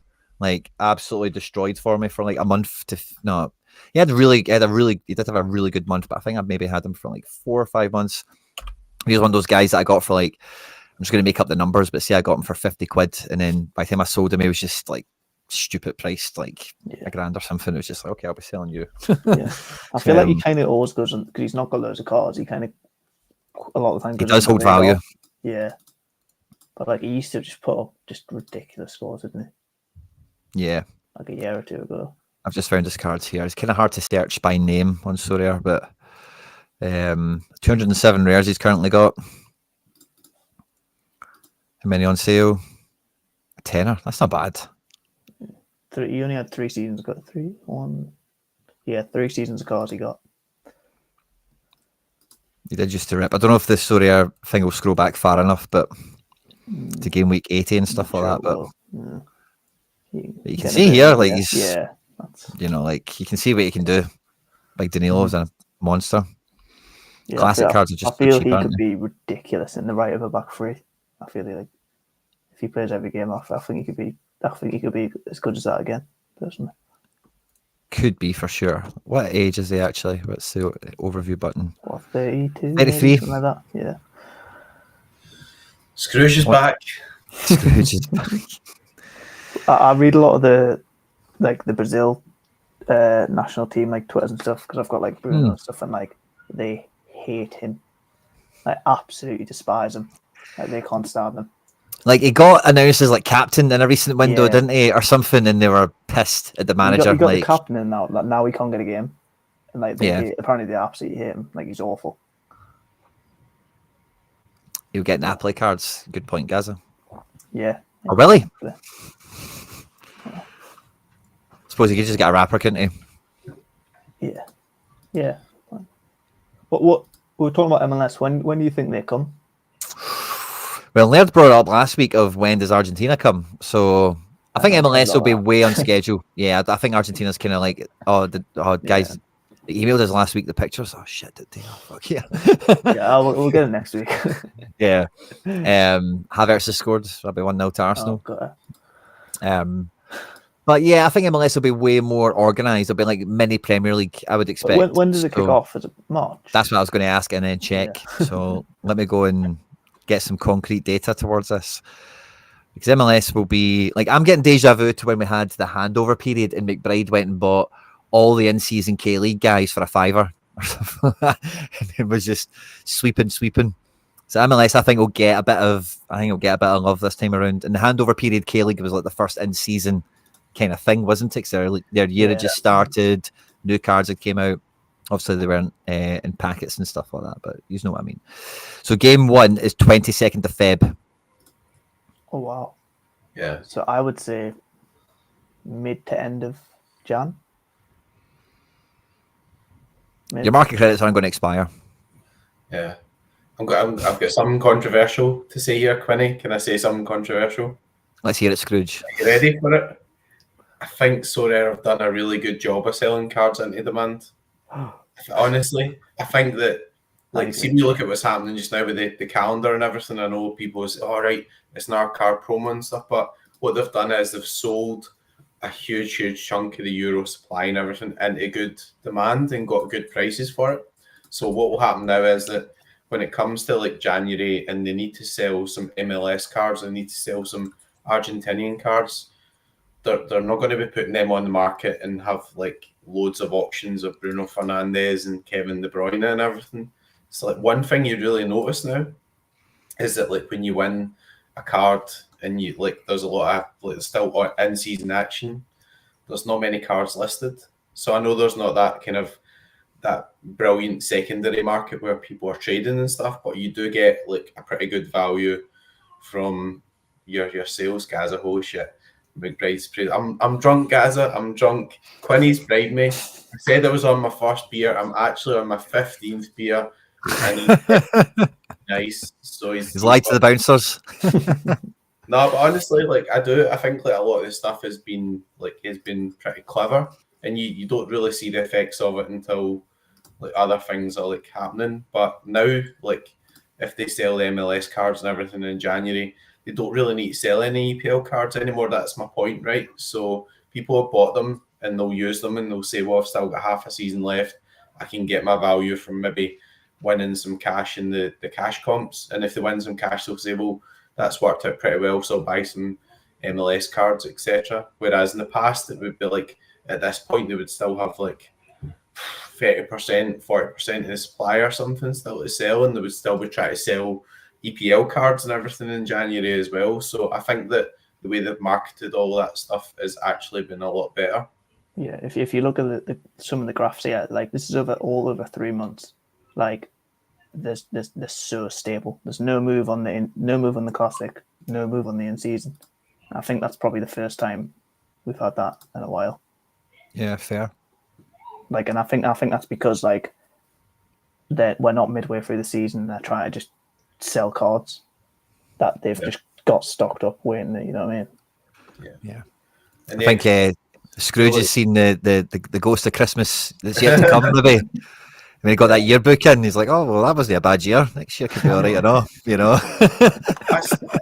it's because Celtic keep winning me money every week. That's it. I mean, there's definitely stuff still to improve, but like obviously one of the reasons why cards would dip in value is because the XP thing as well. Because you're trying to sell loads of cards just now, you're coming up against all the cards that have got like 15% and everything on them because people have been buying them since August and they've got a collection, and you're like, oh, I'm never really going to beat them. But like they've sold a lot of those cards earlier on, and the neon thing was an eye opener because it was a worry as well. Quinny, we discussed it like we're going to have an Easter edition, and it's going to be like we're going to sell cards now, and it'll be an Easter, bunny competition, and so you can only get in with 5 of the cards for these Easter bunny cards that have got wee fucking shells down the bottom right, but like at the end of the day, like they're doing what they've got to do to make sure it's like profitable and everything as well. And actually, the neon competition stuff, people have really liked the card. The cards look great. I mean, like I've not bought a lot of them, but they do look really good. So there's lots of reasons for people to sort of buy into that. So it's interesting because it went for a lot more segregation, but actually I feel like that's worked a lot better than people would have thought it would have worked. Whilst doesn't please me to not be able to enter the neon competition. It's like, well, okay, that's one weekend I can't enter that unless I go and buy them. Look, that's what it is. The one complaint I would actually have about the Christmas cards is that, like, I don't think there's been enough specials. Like, I feel like they should have just binned what's the special this week? The Frozen Passer, whatever it is. Like, bin that and just like say you need 4 Christmas cards. Like, everyone's got them. You're getting them all as rewards. Every card in the markets, every one you craft. Like, I kind of agree, but I think they've tied their hands with how late they announced that shit as well. I think that's why it's in January, because they had to they kind of say it's tomorrow. You know what I mean? And then I'm with you, but I think they kind of tied their own hands there, didn't they, by keeping it secret for so long? Yeah, because the main Christmas comp is just limited, which I was slightly annoyed with. Like, as a majority rare player, like, there's not really. Is there one comp for the Christmas cards? No, there's nothing. Yeah, so it's like, I don't get why they haven't done that. I really don't, to be honest. Like, just dinny a few of the stupid specials they've got going and just put one on for the Christmas one. Yeah. Personally, like, I don't see anyone prioritizing or Frozen probably Passer. going for Frozen Passer because, like, there's 1 star in it. What else have they got this week? Is it 240 or 240? I want to say. Yeah, like, there's 1 star in that as well. No one's prioritizing that. Like, I feel like they should have done something else. But yeah, good. Overall, I think it was really good. I think I'd be surprised if we didn't see something similar in the next 6 months, maybe. Quinny, it's minus 12 in Govan, so they're playing the Frozen Snotter. They're not throwing the Frozen. The Frozen team. Frozen Snotter. Minus 12. Aye. Love that. Sorry, I had to get it in there. No. I apologise. I'm sitting here with my Celtic shirt on. It's been a good couple of days, so it's got to be done. We normally have a little bit of Friday night curse on this show at some point, but we've certainly had it with some goalkeepers. But I can tell you some good news, guys. I made a team that was going to go out for the members on the channel, and it has started off like a house on fire, by the way. Yeah. Oh, Minami with a 71 pointer. Captain Matt cruising. Should have captained Minami, shouldn't I? Do we have passing stats on this? Because this might be blurred, actually. You need to update that, by the way. He's got around 8 points, Matt Riley. Oh, it's a passer. Oh, forgot. 67 passes on. I was going to say. Yeah, I don't know if this is adjusted for it, to be honest with you. No, that is adjusted, yeah. Is it? Yeah, he's got 8 more points, Matt O'Reilly, with the passing. Let's see what it looks like on this. But yeah, talking about Frozen passing, I went limited because I've only that Angus gun and thought. Yeah. So he's on 68 over here, Ominami. And over here he's on 76, including multiplier. So that's not gravy. Over here, Big Matt's on 22. No passing. Yeah, no passing. Oh no, but there is passing, 2.7. Interesting. We'll need to watch how that develops, but we're off to a great start. Could be winning something to give away to the chat. And McBride, in the generosity of Scrooge himself, said he would give away a unlimited Yari for Sharon to the live chat. It's in the wrapper as well, so you can have your wee spins if it's special. I was going to say, do you want to share your screen? But I'll just go to your gallery and I'll peep it, then I'll put it on screen, and then I'll come up with a pop quiz question for the chat that are joining us. So we'll give this away to, I think we're on Twitch as well tonight. We might be on Twitter. I forgot if we are or not. But we'll give this away in the YouTube live chat. So if you're not on YouTube yet, look at those quattras. The question is, what's the points difference between Celtic and Rangers in the SPFL? Oh, that's it. -12. So I had brand new in the wrapper Yari Boy, who tonight is on his way to an 81 pointer. Oh. Yari Boy is back. Yari Boy loves a peak, doesn't he? And you know this is just riddled with luck, isn't it? If it's coming out of McBride's gallery, it's just covered in podium stardust and whale juice. With the 12, thinking that was the real question. Like, sorry, man. Like that was just me still trying to be jovial. So how's the burst ball feeling now? Yeah. I done my video this morning, Quinny, for like the preview and stuff, and I came in at like 8:30, and like I started talking. I was like, "Oh, good morning." So I'm here to do a video about Sorare. Any spare change? Anyway, feeling a bit better. I missed it, but I will catch that. So it's always good listening on a walk and stuff. I've got a question for the chat, right? So, to win this Yari for Sharon, right, the answer is going to be a number. So you're going to need your keyboard open, right? But it's also going to be a serial number. Fastest finger first. What is the serial number of the Danilo I just won?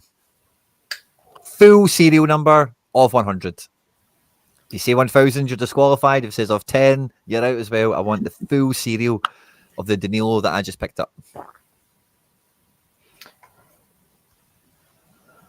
Not the Danilo at Juventus that I might be on my way to buying. I'm only joking, I'm not. But the Rangers player, Danilo, who's on the market, he is available to be bought. It's quite a cool number. It's not necessarily a great number. But it would be a good number if you were a player who really liked this special number that's special at a lot of teams, but you couldn't have it. Somebody else already had it. It would be a bad number in that case. Answers are flying in. I think I see some right answers. I definitely see a right answer. I see a few of them. Who was first? Again? Oh, super tight on this one. But the full correct serial number, first one in, is Adrian. Congratulations, Adrian. You're the first one in there with 70 out of 100. Graham just got in front of you with the 70 there, and just behind you was BR4. So close. I'll try and get the Sorare username up, and I'll get it sent over just now. Yeah, so Adrian, from the same YouTube account, because you're a new name, by the way, Fist Bump, thanks for getting involved in the giveaway. We need to see your manager name in the live chat from the same YouTube account that just came on screen here. And McBride will send through cyberspace the Yari Basharan. And yeah, Score is asking, is the card on the market? Score, a big Aberdeen fan, I'm sure he can't wait to go and buy himself a Danilo. It's on the market now. He's desperate to go and get it. And yeah, it's on the market now, available to be bought, guys. If you want a Danilo in season, then yeah, we won't be keeping him around. Let's say that again. That's a fair point. Yeah, well, I'm only joking. He's in Score. And it's Adriano 14A. Adriano 14A. So let's get that sorted. I'm going to send it over just now so everybody knows we're not scammers or anything. So I love doing the giveaways pronto just because then it's done. Because sometimes I forget about them, or sometimes you don't get in contact with the guy, or you don't know the squad name, and then it's like, oh crap, I've not gave that card away yet. And then you need to go back to it. So I'll be back to the drunk by the time we finish this, Quinny. So Yari, I'll do it now. I thought I'd get in the festivities. I went and bought Danilo. Which one? Juve one? Which one do you think? Yeah, Juve one. Nice. It's a champ kind of Quattro play, isn't it, Charlie? Yeah, I've got Murray, so it kind of makes sense. Adriano, there you go. Good luck with him. Good young player. Puts up some good scores as well. To be honest, I believe he's still under 23. I think he was like 17 when we started in Sorare, wasn't he? Like he's one of these guys. He's like Joe David, but we know the script with Yari. He's not getting knees, he's not getting ligaments, he's not getting tendons. Yeah. So like that's why he's not going to leave Belgium. Like we know that already about him. Yeah. But with Joe David is weird. But like, both of these guys are very like they're so good, but it's like why are they still there? Obviously with Yari we kind of know, but they're like top talents that have just forever been at the one club. I know Joe David's got Belgian cards, right? Ignore that. You know what I'm saying? I do, Quinny. We were 21 as well when Sorare started. Remember that? It's been a long time, you know. It's been a hard paper round. You can say that again. Do you think anyone will buy this Danilo off me before the derby? No. It's a contender game week, so you never know if Rangers do the business, which is questionable, then you never know. It's always, I think it's always impossible to sell once, like if the next game's a tough game. Like people just go, I'll buy him once he does a stinker against Celtic and then I'll buy him. Yeah. Fair. I've also got just about 50 quid worth of credits, or 40 quid, sorry, of ETH that I just picked up. And I've got a little bit of credit. So it could be worth... Did you use the cap credit you won? Was that on AJ? Yeah, the $100 got this at basically half price. I was left with like, I've still got £11 of it left, I think. Yeah. But it basically half priced them for me. Yeah. I can see where you bought them on the scoring graph. Yeah, like just and then season one of him is just too good to turn down. But this kind of takes me to, and I obviously you'll know Charlie, she does obviously on the editing boards and whatnot. But I did a kind of video recently, McBride. I don't know if you'd have seen it, looking at my collections and my shopping list and whatever, right? And with this little bit of cash I've got sitting here, I'm in two minds what to do with it. I'm kind of looking at maybe sending a direct offer to getting a wee in-season scales on the go, just to kind of balance the books here. But another guy, and I'll look at the rest of this, there's maybe a wee hole or two here or there, but a guy I've been kind of waiting to get for a while, who's finally kind of in range, is a classic Amiri. Yeah, he's been really good. He has been good, hasn't he? 32 quid, it's kind of as cheap as he's been in recent times. Card? Yeah, I think so. I get captain them when I get that 12. you got one a while back, didn't he? Aye. Yeah. Double yellow. Oh no, red there, yeah. So toying between that, maybe a scales or something, and I think that's maybe a wee in-season thing I could get with a wee bit of credit. There's nothing really hovering about, but that's what I was kind of weighing up when I was asking you guys as well what to do. Oh, I fancied myself a wee Choupo-Moting. How much is he going for these days? Very well in the MLS, yeah. I'm quite sure he was down to 12 quid the other day. I don't know if any of them have been moving. No, they've not. I think people are just... I'll be honest, that seems punchy when you can get an in-season Kevin Denke for 30 quid. Yeah, I would buy Denke. Like, he'll be really good there. Yeah. I think he'll be class, I mean.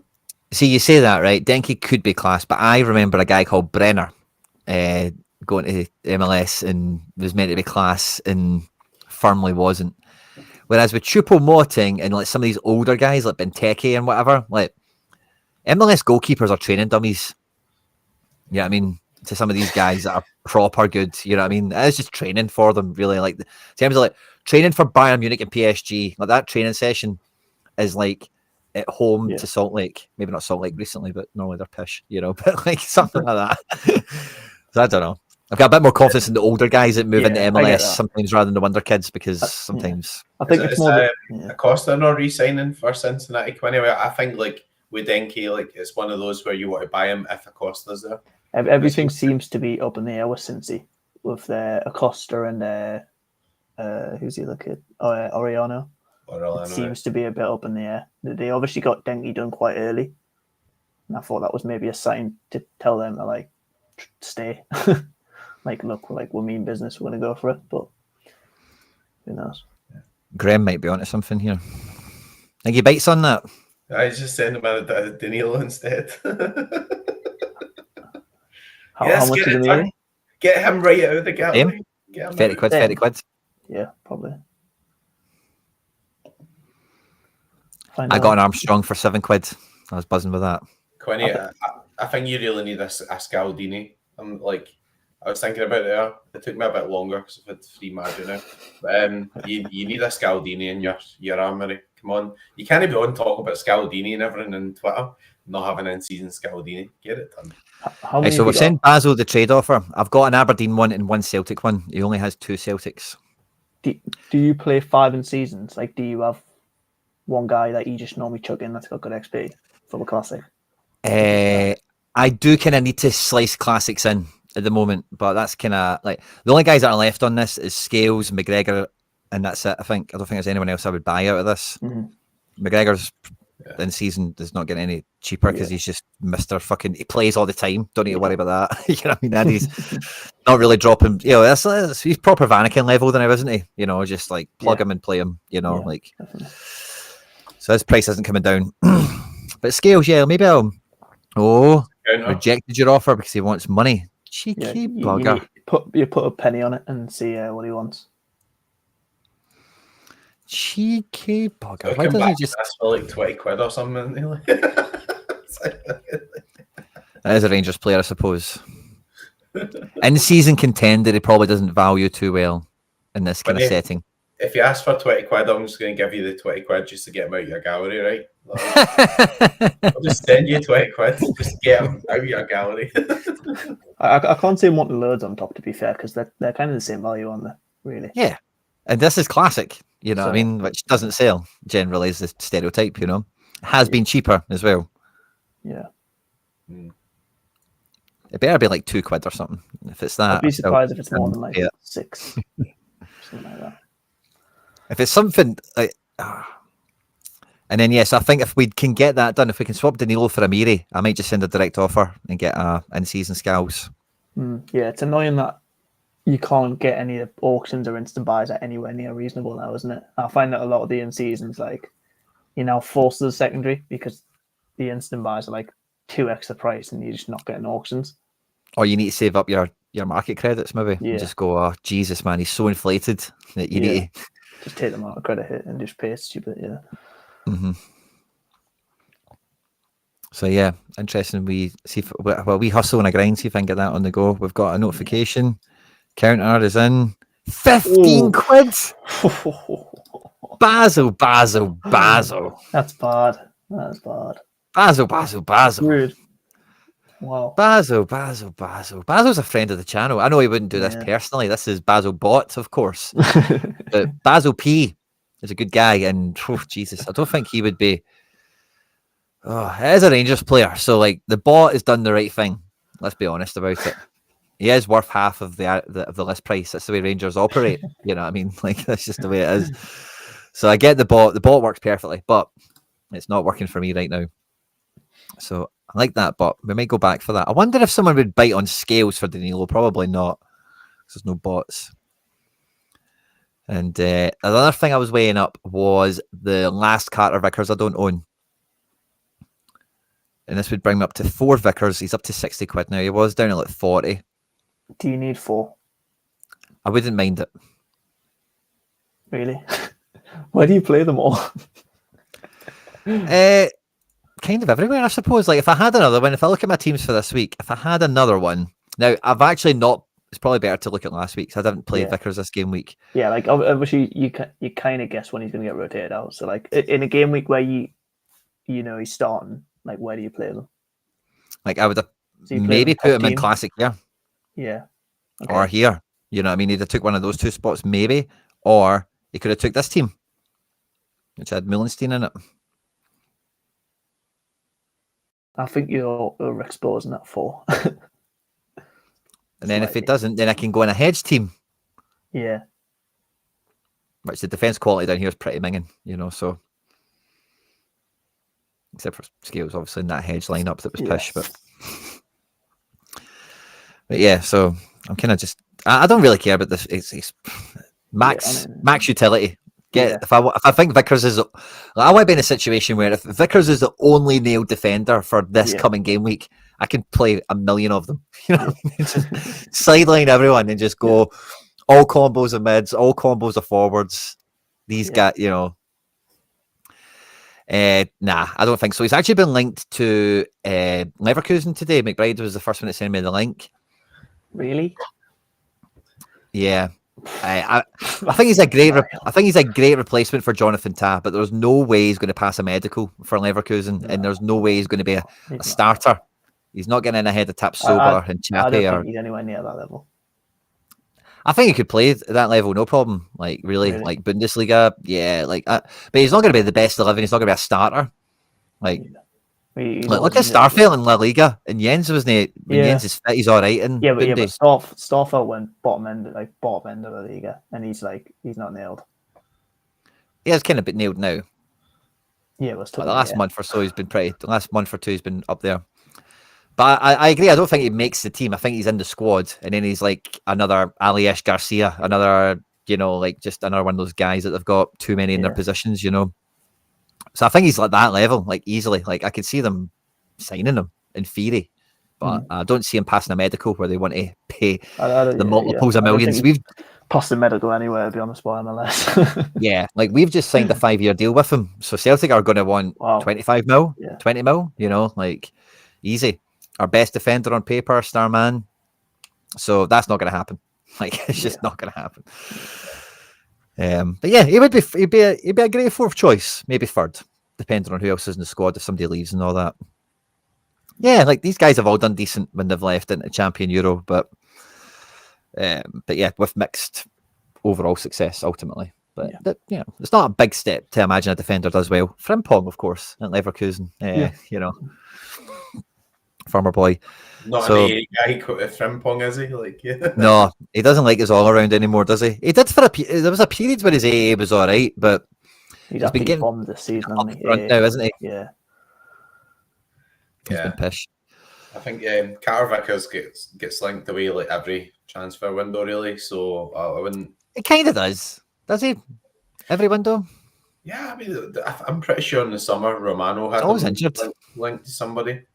Yeah, there was a link. Yeah, there was a Rom link at some point, wasn't there, to like Brentford or some pish, wasn't it? Or I'll be honest. If I was a fan of any club and I see them trying to sign someone that kind of injury record, I'd be like, nah. Very worried. Be like, what are you even trying? Frimpong needs a forward card. Amen to that. Yeah. Do you know he's a forward card on the Celtic note? James Forrest has got 4 seasons and they're all mids. Yeah, I've got that with Murphy. Murphy's a mid.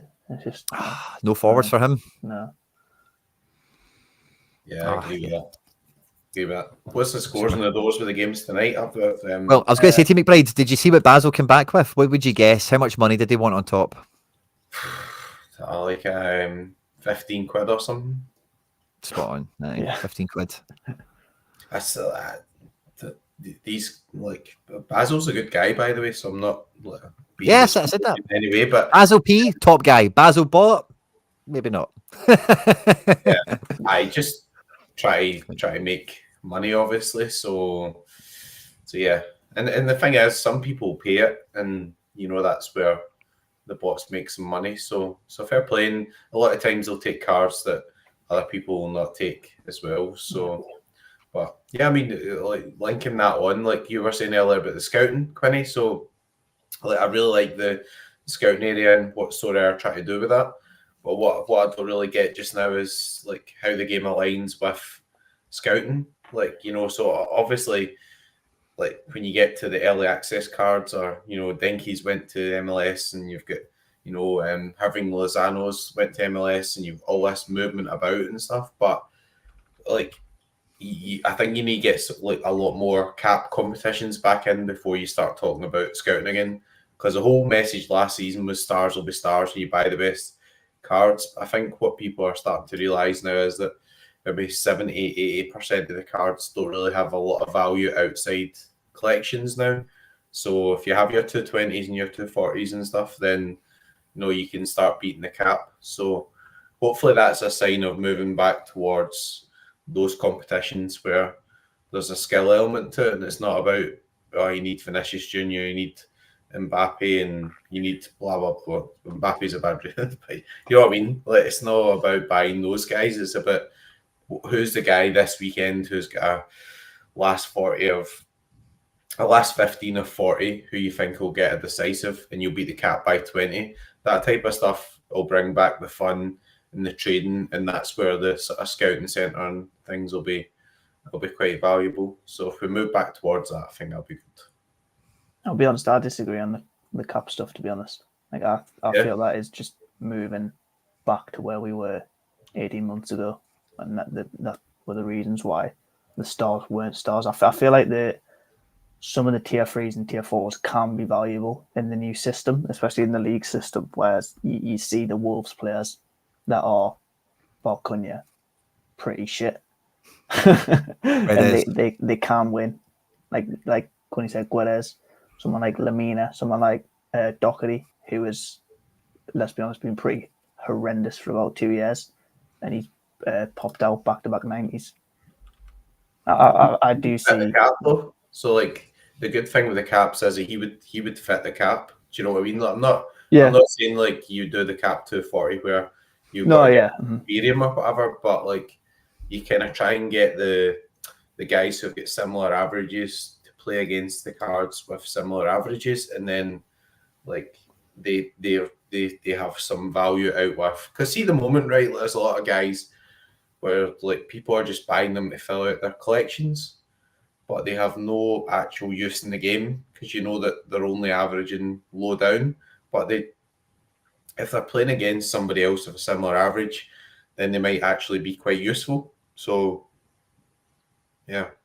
I feel I agree with you at super rare and obviously unique, but I feel like rare, you do like Div 3 and Div 4, you do get a lot of the people that are like what you wouldn't be surprised if you look at 80% of the teams, you wouldn't be surprised if you said they were under a cap restriction or something, if you know what I mean, because a lot of the players will be like L50, L45, L55 max.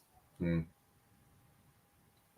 It's thing like when you do it's interesting. I don't play the NBA, but I hear what people are saying. Like the NBA, sometimes there's a guy who's like, you know, comes in and like there's a bit of hype to buy this guy because they think like he's going to have a good game or whatever, you know. So it's like it's just a wee bit different. Because I think the frustration with the current market is that even in the sort of secondary and classic, there's no real activity.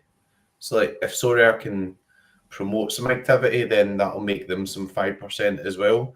But I think like it's almost as if people are just giving their cards away in terms of value because the only way they can get to a better card is by giving them to Basilbot or giving them to Pavel.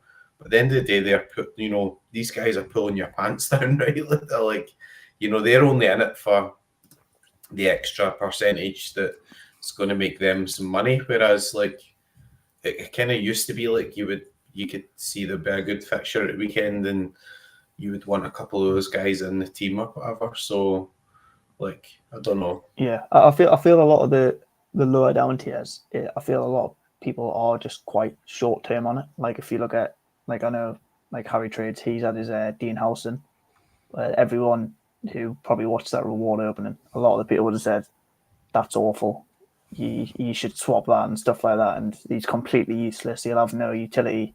He's a young kid at a bottom end Premier League team. And now he's the hottest centre-back in probably European football. He's got the highest dual percentage of any centre-back in the Premier League currently. And I feel like a lot of people are just too short-term on players, and especially lower-tier players. And a lot of people just need to be patient. Obviously, it's different when you've got winning 40-year-old substitutes and shit like that. But, yeah. I'm kind of in the middle somewhere. I think like cap modes are quite engaging. And when one comes up, if you've got like good players to sling into it, it's very appealing to prioritise it. If you've got an L15 a 0 or a striker who's just been crap or something and only carrying 23 points or something. But yeah, it is kind of like old format still, isn't it? I like the kind of sprinkling we get with some of the specials, but I had a good suggestion in the chat here about trying to get Basil to buy the Danilo and then see, what he would offer and do all that kind of stuff. I think he does it the same way. He's fixed it. Yeah, that's not a cheat code anymore. And that's not a glitch in the system you can play with. I tried as well, even seeing if there was a low ball offer available on the Amiri by just sending a account a bid for a quid and Yeah, see you what only you get come like back with. 20 pence off or something. No issues, Yeah, 20 it's basically pence the same off. thing. Yeah, so Also, you're kind of doing this live, so you're fucking up your negotiations. You're like, yes, this is what I'm going to do. By the way, if you're the owner of that card, like if you're maybe they'll not be watching. it's just playing with the bot to see if we can get the bot to balance. Just playing with the bot. Yeah, I think that's yeah. Every time I get reward or something, I'm like, just if it's not something I want, you kind of see what the bot offers. Kind of sometimes look around the gallery, see if there's anything you trade into and stuff like that. But obviously, it's different because you've got a range of play each one out straight away. But Yeah. That's a tough one, isn't it? What to do?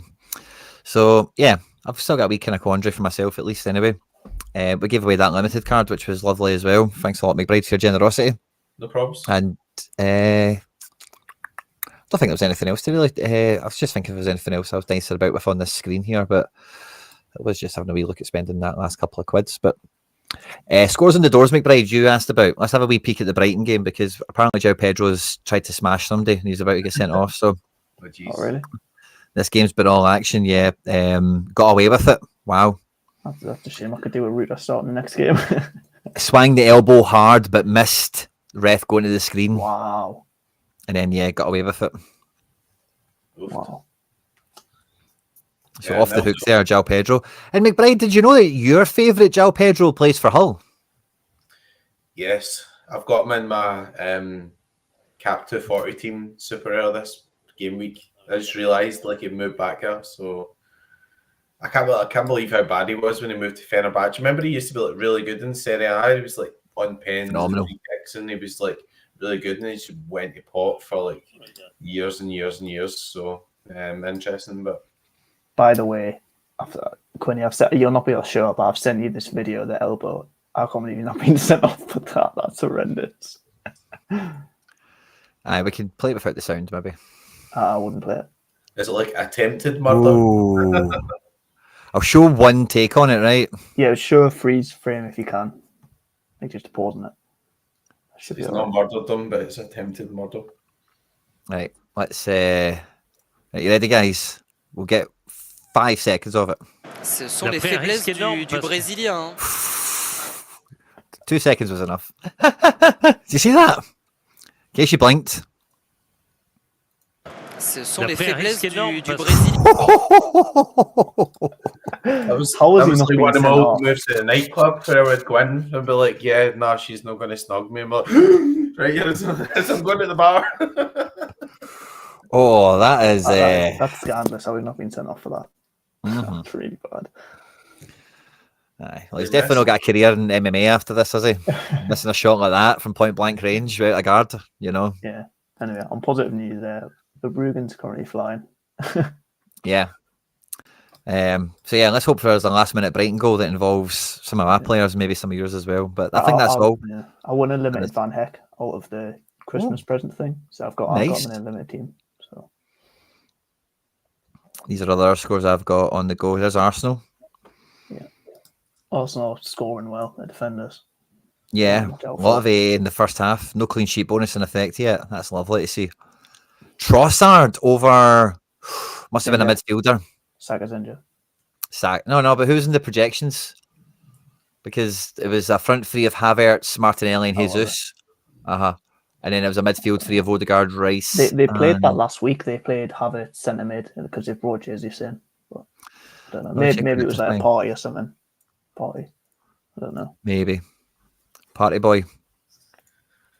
It's a good week for Jesus, Quinny. It's a good week for Jesus. It was party, yeah. Yeah. Brighton will be pretty popular as well, because of a double game week. So I imagine don't say that. They can still lose that clean sheet. I've used small Brighton players in quite like my main teams. If you've got an Arsenal stack right now, you're probably praying for a Rice decisive, aren't you? Yeah, Odegaard. Odegaard's probably the big pick, isn't he? Yeah, he's been quite cold of recent. He's been very cold actually. Yeah. 6 games out of the year. Love that. No info on the Flecken thing yet. Somebody in the chat did say they reckon it was a groin strain, and groin strains are typically like 4 weeks, give or take. either side of that, give or take a week or two. I think it was Graham again. Graham's been on fire. But yeah, I think that's all the scores there is on the doors for Friday night. There's a wee bit of Friday night curse going around for some keepers. Fleckenhoff injured. 2-0 for 2-1 for Anderlecht, but they conceded in like the 8th minute to this guy Kvet. Apparently scored a bit of a wonder goal to bust a clean sheet 8 minutes into the game. The rest of the scores are doing not bad here. This Edozie has been sorry. Didn't realise the screen hadn't shared over. This big Edozie has been a big letdown for me. In Belgium, I thought he would kill. He's really good. He came for that City, I think, and then went to Southampton. And he's not been able to get going anywhere. Just a shame. Look who's returned. The return of the Hazard. Yeah. The return of the Hazard. Yeah, look at this. Just back. Tonight. The return of the Hazard. Look at those scores right before he left. It's not bad at all. Quinny, this is quite an interesting period for Challenger. What's your thoughts on that? Because obviously at the moment there's no PSV on. This is one of the things I wish I would do a bit better myself. Looking forward to the periods where I always look at Challenger and think, PSV win Challenger, so I'm just going to avoid it. But just now, obviously, you get Belgium, and then you've got these kind of funny game weeks. Maybe Turkey's playing on things, so it's just kind of goes to show there's still some sort of value about if you plan properly, which I've not. So, what have you been doing any of that? Looking ahead to certain game weeks or competitions or whatever, and saying, no, that'll be a good game week, maybe to target, or good game week for me or whatever. Well, that's kind of when it's kind of why I went out and got so many goalkeepers recently, especially in Scotland, just kind of looking at the period we're in at the moment. Yeah. But when it comes to Challenger, I think it's going to be quite hard to forecast how it does actually shake out when MLS returns. We don't even Brazil's not really a factor, I don't think, for the most part. It's really just MLS, isn't it, versus the Europeans. But it's going to be interesting because you're going to have a lot of in-season European cards coming to the peak of the season. Relatively predictable lineups, high XP collections on the go, and then the new boys in town kind of needing to outscore them, just proper outscore them to be the difference in terms of stack versus stack. So it's going to be a weird one. I think when it comes to in-season, but the good thing about MLS guys is that if you get volume, I don't think you're really losing anything by not having European cards. Yes, you've not got a Biscagli or whatever, right? But there'll be a Puig, a Carlos Heel. There'll be somebody like that in a different position in MLS that's just as reliable for a 70 plus. There always is a guy that stands out. And I think, if you've got enough variety to swing around MLS, I don't think you need to worry about the PSVs and the Benficas and whatever. But it's a kind of different setup, isn't it? 'Cause you're not just going to get a LA Galaxy stack or a Seattle stack. You're probably going to need to go and get 12 DPs across the 3 positions and then just, mix and match them on fixtures. Yeah, get a Kai Wagner or, guys like that. I think one of the things at the top of my wish list would be an actual MLS comp. Because see when when Europe came back, MLS, I know it was towards the end of the season, but felt as if MLS went from being kind of quite important cards to being just all right, we'll put that one guy in. Whereas before that, you'd be trying to mix in a few. I feel like I said this a few weeks back, and once Europe comes back, you can't compete with MLS. You just can't compete with the players. You can't compete with PSV and Jovium and Biscagli smashing 90s every week. 30 team division. Yeah, it is at the moment. Yeah. It's quite 30 full teams, goalkeepers, strikers, penalty takers, set piece takers, a lot. But again, I think that's the thing with MLS is you need to let MLS all start it in your head. Who's going to be in the top 5 defenders, and then who can I get? Who's going to be in the top 5 mids, and then who can I get? Or top 10, wherever you want, depending on your budget and your ambition, kind of thing. But I think that's the way you need to look at it. But like I said in a video recently, or I will say in a coming video, I can't remember which, but I do think that you need to have, Charlie, you've got your Charlotte guys, and I know lots of other people that play MLS. I think this is good practice that you do have a core squad. So depending on the way the fixtures can shake out sometimes, if you do just have bit parts of people, Like, it'd be very easy to just not have a team in some game weeks, you know. Yeah, And I feel having like that foundation squad kind of helps with that.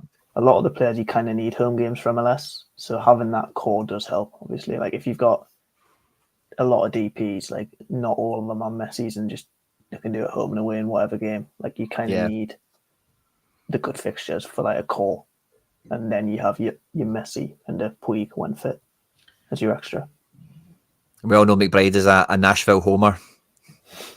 Yeah, definitely. Yeah, but like they used to be like pretty good, like defensive, like we weren't like the best team in the MLS, but like they got to win. Wilson Zimmerman.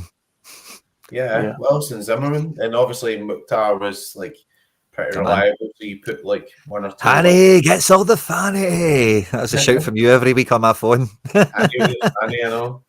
Everyone used to run that. The Zimmerman and Willis. Everyone used to run it. Yeah. I still do it. I'm still living in the dark ages, right? I've still got my classic cards. But like honestly, 500 quid for Hani Mukhtar's Super Rare's probably been about the best 500 quid I've spent in my life. Like it's mad. But like, yeah, I mean, like back to the MLS stuff, like so like even like Inter Miami are not really that good at the back, right? And maybe that could change. You could buy a good goalkeeper or whatever, or like some actual defenders or change their style or whatever. But like it's quite a fun league. So like, if you run a full contest with that for the whole season and like had an actual MLS league like you do have for the EPL or whatever, you could lead into stuff that's happening like Club World Cups there, the actual World Cups there, so you could promote the actual MLS like via Sorare. So that's what I would do. Like I'm not always right. I'll admit that, especially after a few Madrid. But like it'd be really good to see that because, as you said, Charlie, like when Europe comes back, it seems like nobody like you may as well stop. It's like just forget about it, And you've got this whole MLS ending where you've got the hype and it's like the MLS Cup, and like nobody's interested in it. Yeah, because you've eventually not good for Challenger at all, is it? The playoffs, you've like got, you don't want to play a those knockout guys. stage of really tight games over. Like you're not going to compete when PSV are at home to Heracles. You know what I mean? Yeah, it's just it feels a bit pointless. Like I had a Charlotte stack in like when they were in the best of 3 playoff, and I'm like, I'm not going to win a reward of this. Like like it's just not going to happen. They're not going to win 3-0. It's just not going to happen. Like the league's too tight anyway in the normal league run. Never mind when it's playoffs.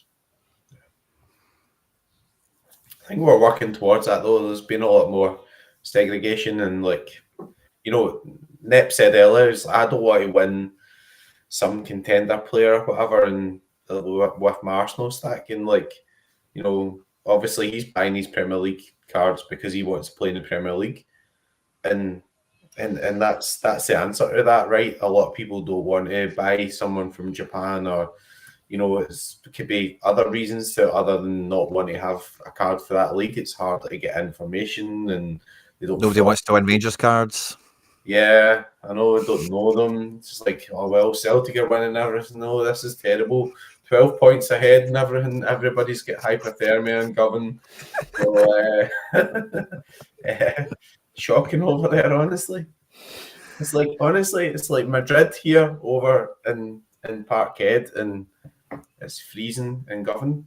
But I mean, like, it's just like the segregation thing. Coming back to my point, sorry, the gloating there.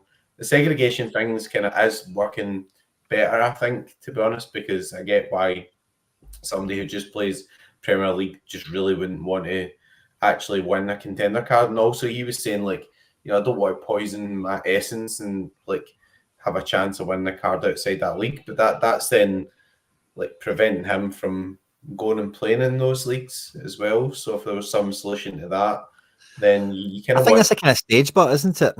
Depending on like, I think like with a lot of people. Sorry, cutting on you there, but I think like I have that kind of approach to Super Rare, and that's because it's Super Rare. Like I am playing at the absolute extension of myself in terms of the card amount and all the rest of it. But I don't care about that at Rare because I've got fucking hundreds of them. You know what I mean? And they're all everywhere. I think that's maybe a kind of stage of the game thing, and like fair enough, like Net or like some of these other people like have the means to play more regions but they're not ready, or they're not at the moment. If you know what I mean, so it's maybe more of a stage thing, maybe rather than a. I think if you play this game, if you throw anyone's strategy 5 years down the road, like that's how long I've been playing, so long you've been playing, McBride. A lot will change. You'll have a lot more cards in 5 years than you did in the first year. Like I'd be surprised if Nep was still so honed in on Prem in like even a year's time.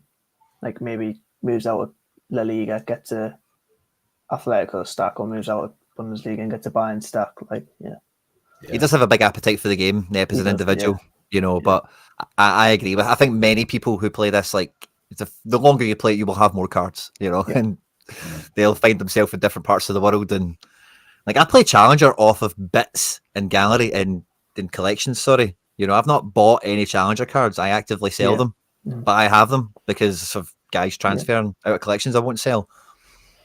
Yeah, like you're even at the point where you've kind of filled your contender roster.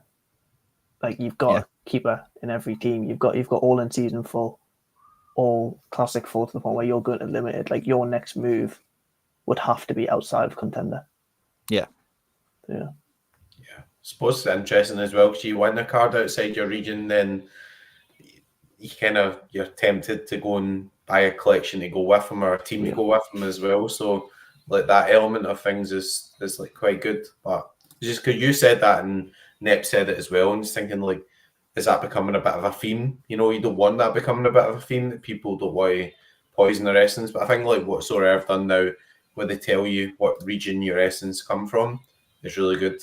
I think that like people want to know like how things are working and stuff. So that move towards like, we'll show you the information, we'll do this, we'll give you an extra day over Christmas or whatever. Like I really like all that stuff. Like that shows a lot of faith towards community or thinking about like what suits the user better or whatever. Like so that stuff's all really like quite good. I didn't realize this was live. This is amazing. Yeah. It's been about a week, I think. A little longer. Good job you never said that next year, Quinny. You'd have been so last year. Like yeah. So we're nearly in January, you'd have been last year, but it's good. That's the only fun. thing I found confusing was that I think under 23 goes in as global. Yeah. So the way I understand it, and Nep's kind of confirmed it, is like global is just like neutral. So if you've just got champ and all star, then it's just champ. It's just diluted essentially. Yeah. Or it's just like diluting juice. That's the way I think of it. It doesn't actually change the flavor. It just, know, that's the way I thought of it in my head because it's essence. I suppose million bars. Like you might end up winning a Danilo. So I don't blame him, to be fair. Yeah. That's quite fun on the super rare. 70% champ, 30% La Liga. Fun. That was always your strategy, Quinny, wasn't it? It was like you'll play your obviously La Liga or your champ, and you want to win like an actual champ super rare. So but the downside of that is like you should be a guy who wants to have some Celtic guys as well. But like if you end up with a tier 2 contender, like I'm sorry to say at the moment, like most of them are worth honestly, that's just not worth much. So like that's the problem, right? Like I've almost kind of backdoored my way into a contender team, I think, in Super Rare. I've got 3 mids in La Liga 2. I'll have Quattro in defence. So you never know. It might drag me back in. But all the Celtic Supers are obviously gone, and that's still a sore point for FC Barcelona. Barcelona, beg your pardon. Don't sue me. I've got some of them. I've got Dyson and Furu, haven't I? I've got your OG ones. You've got my guys. And you got my Hitate. I think that's how I got Coop, isn't it? We did a deal on Hitate and Coop, So I might end up there. I was thinking as well I might sell the Quattro Super, but I've got that signed shirt in there, and I always wanted a Super Quattro to go with it. But he's back in Argentina and it doesn't really help me, so I don't know what to think about that. The bashing in scores will be helping me, Quinny. But he bashes in scores will be very easy to sell him probably for a couple of quids. But the shirt stays with me. Yeah. Oh, Duran confirmed 3-game ban. Good. And it finishes 0-0. Friday night curse. Not for the keepers tonight. Flecking on a 52. Bought on an 81 raw score. Oh, how long did the backup guy get? Did he get the clean sheet bonus, the Valdermissen, or whatever his name is? I would say no. No, he missed it by 6 minutes. Oh, so he did. Yeah. 54 minutes played. Oh. Added time has let him down there, hasn't it? Or maybe just made it even more teasing, if there was like 8 minutes added, just to. But if it was only, there was 6 minutes added. That's kind of as good as it could get. 36-minute sub.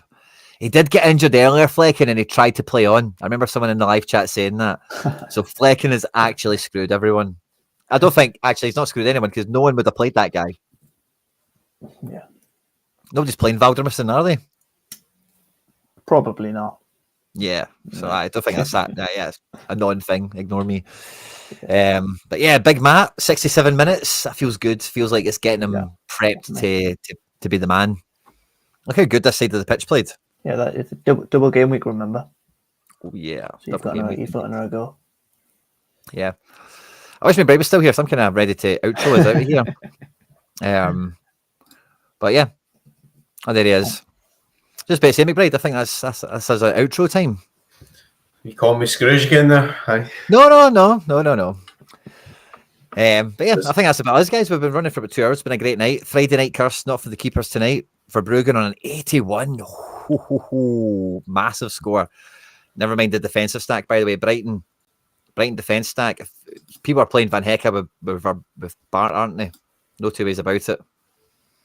Could be a huge monster score coming in for them. But guys, it's been an absolute pleasure. Glad to see you after Christmas and ahead of New Year. And yeah, I think it's just it's good luck and go fuck, isn't it? Yeah, good luck, go fuck. Good luck and go fuck.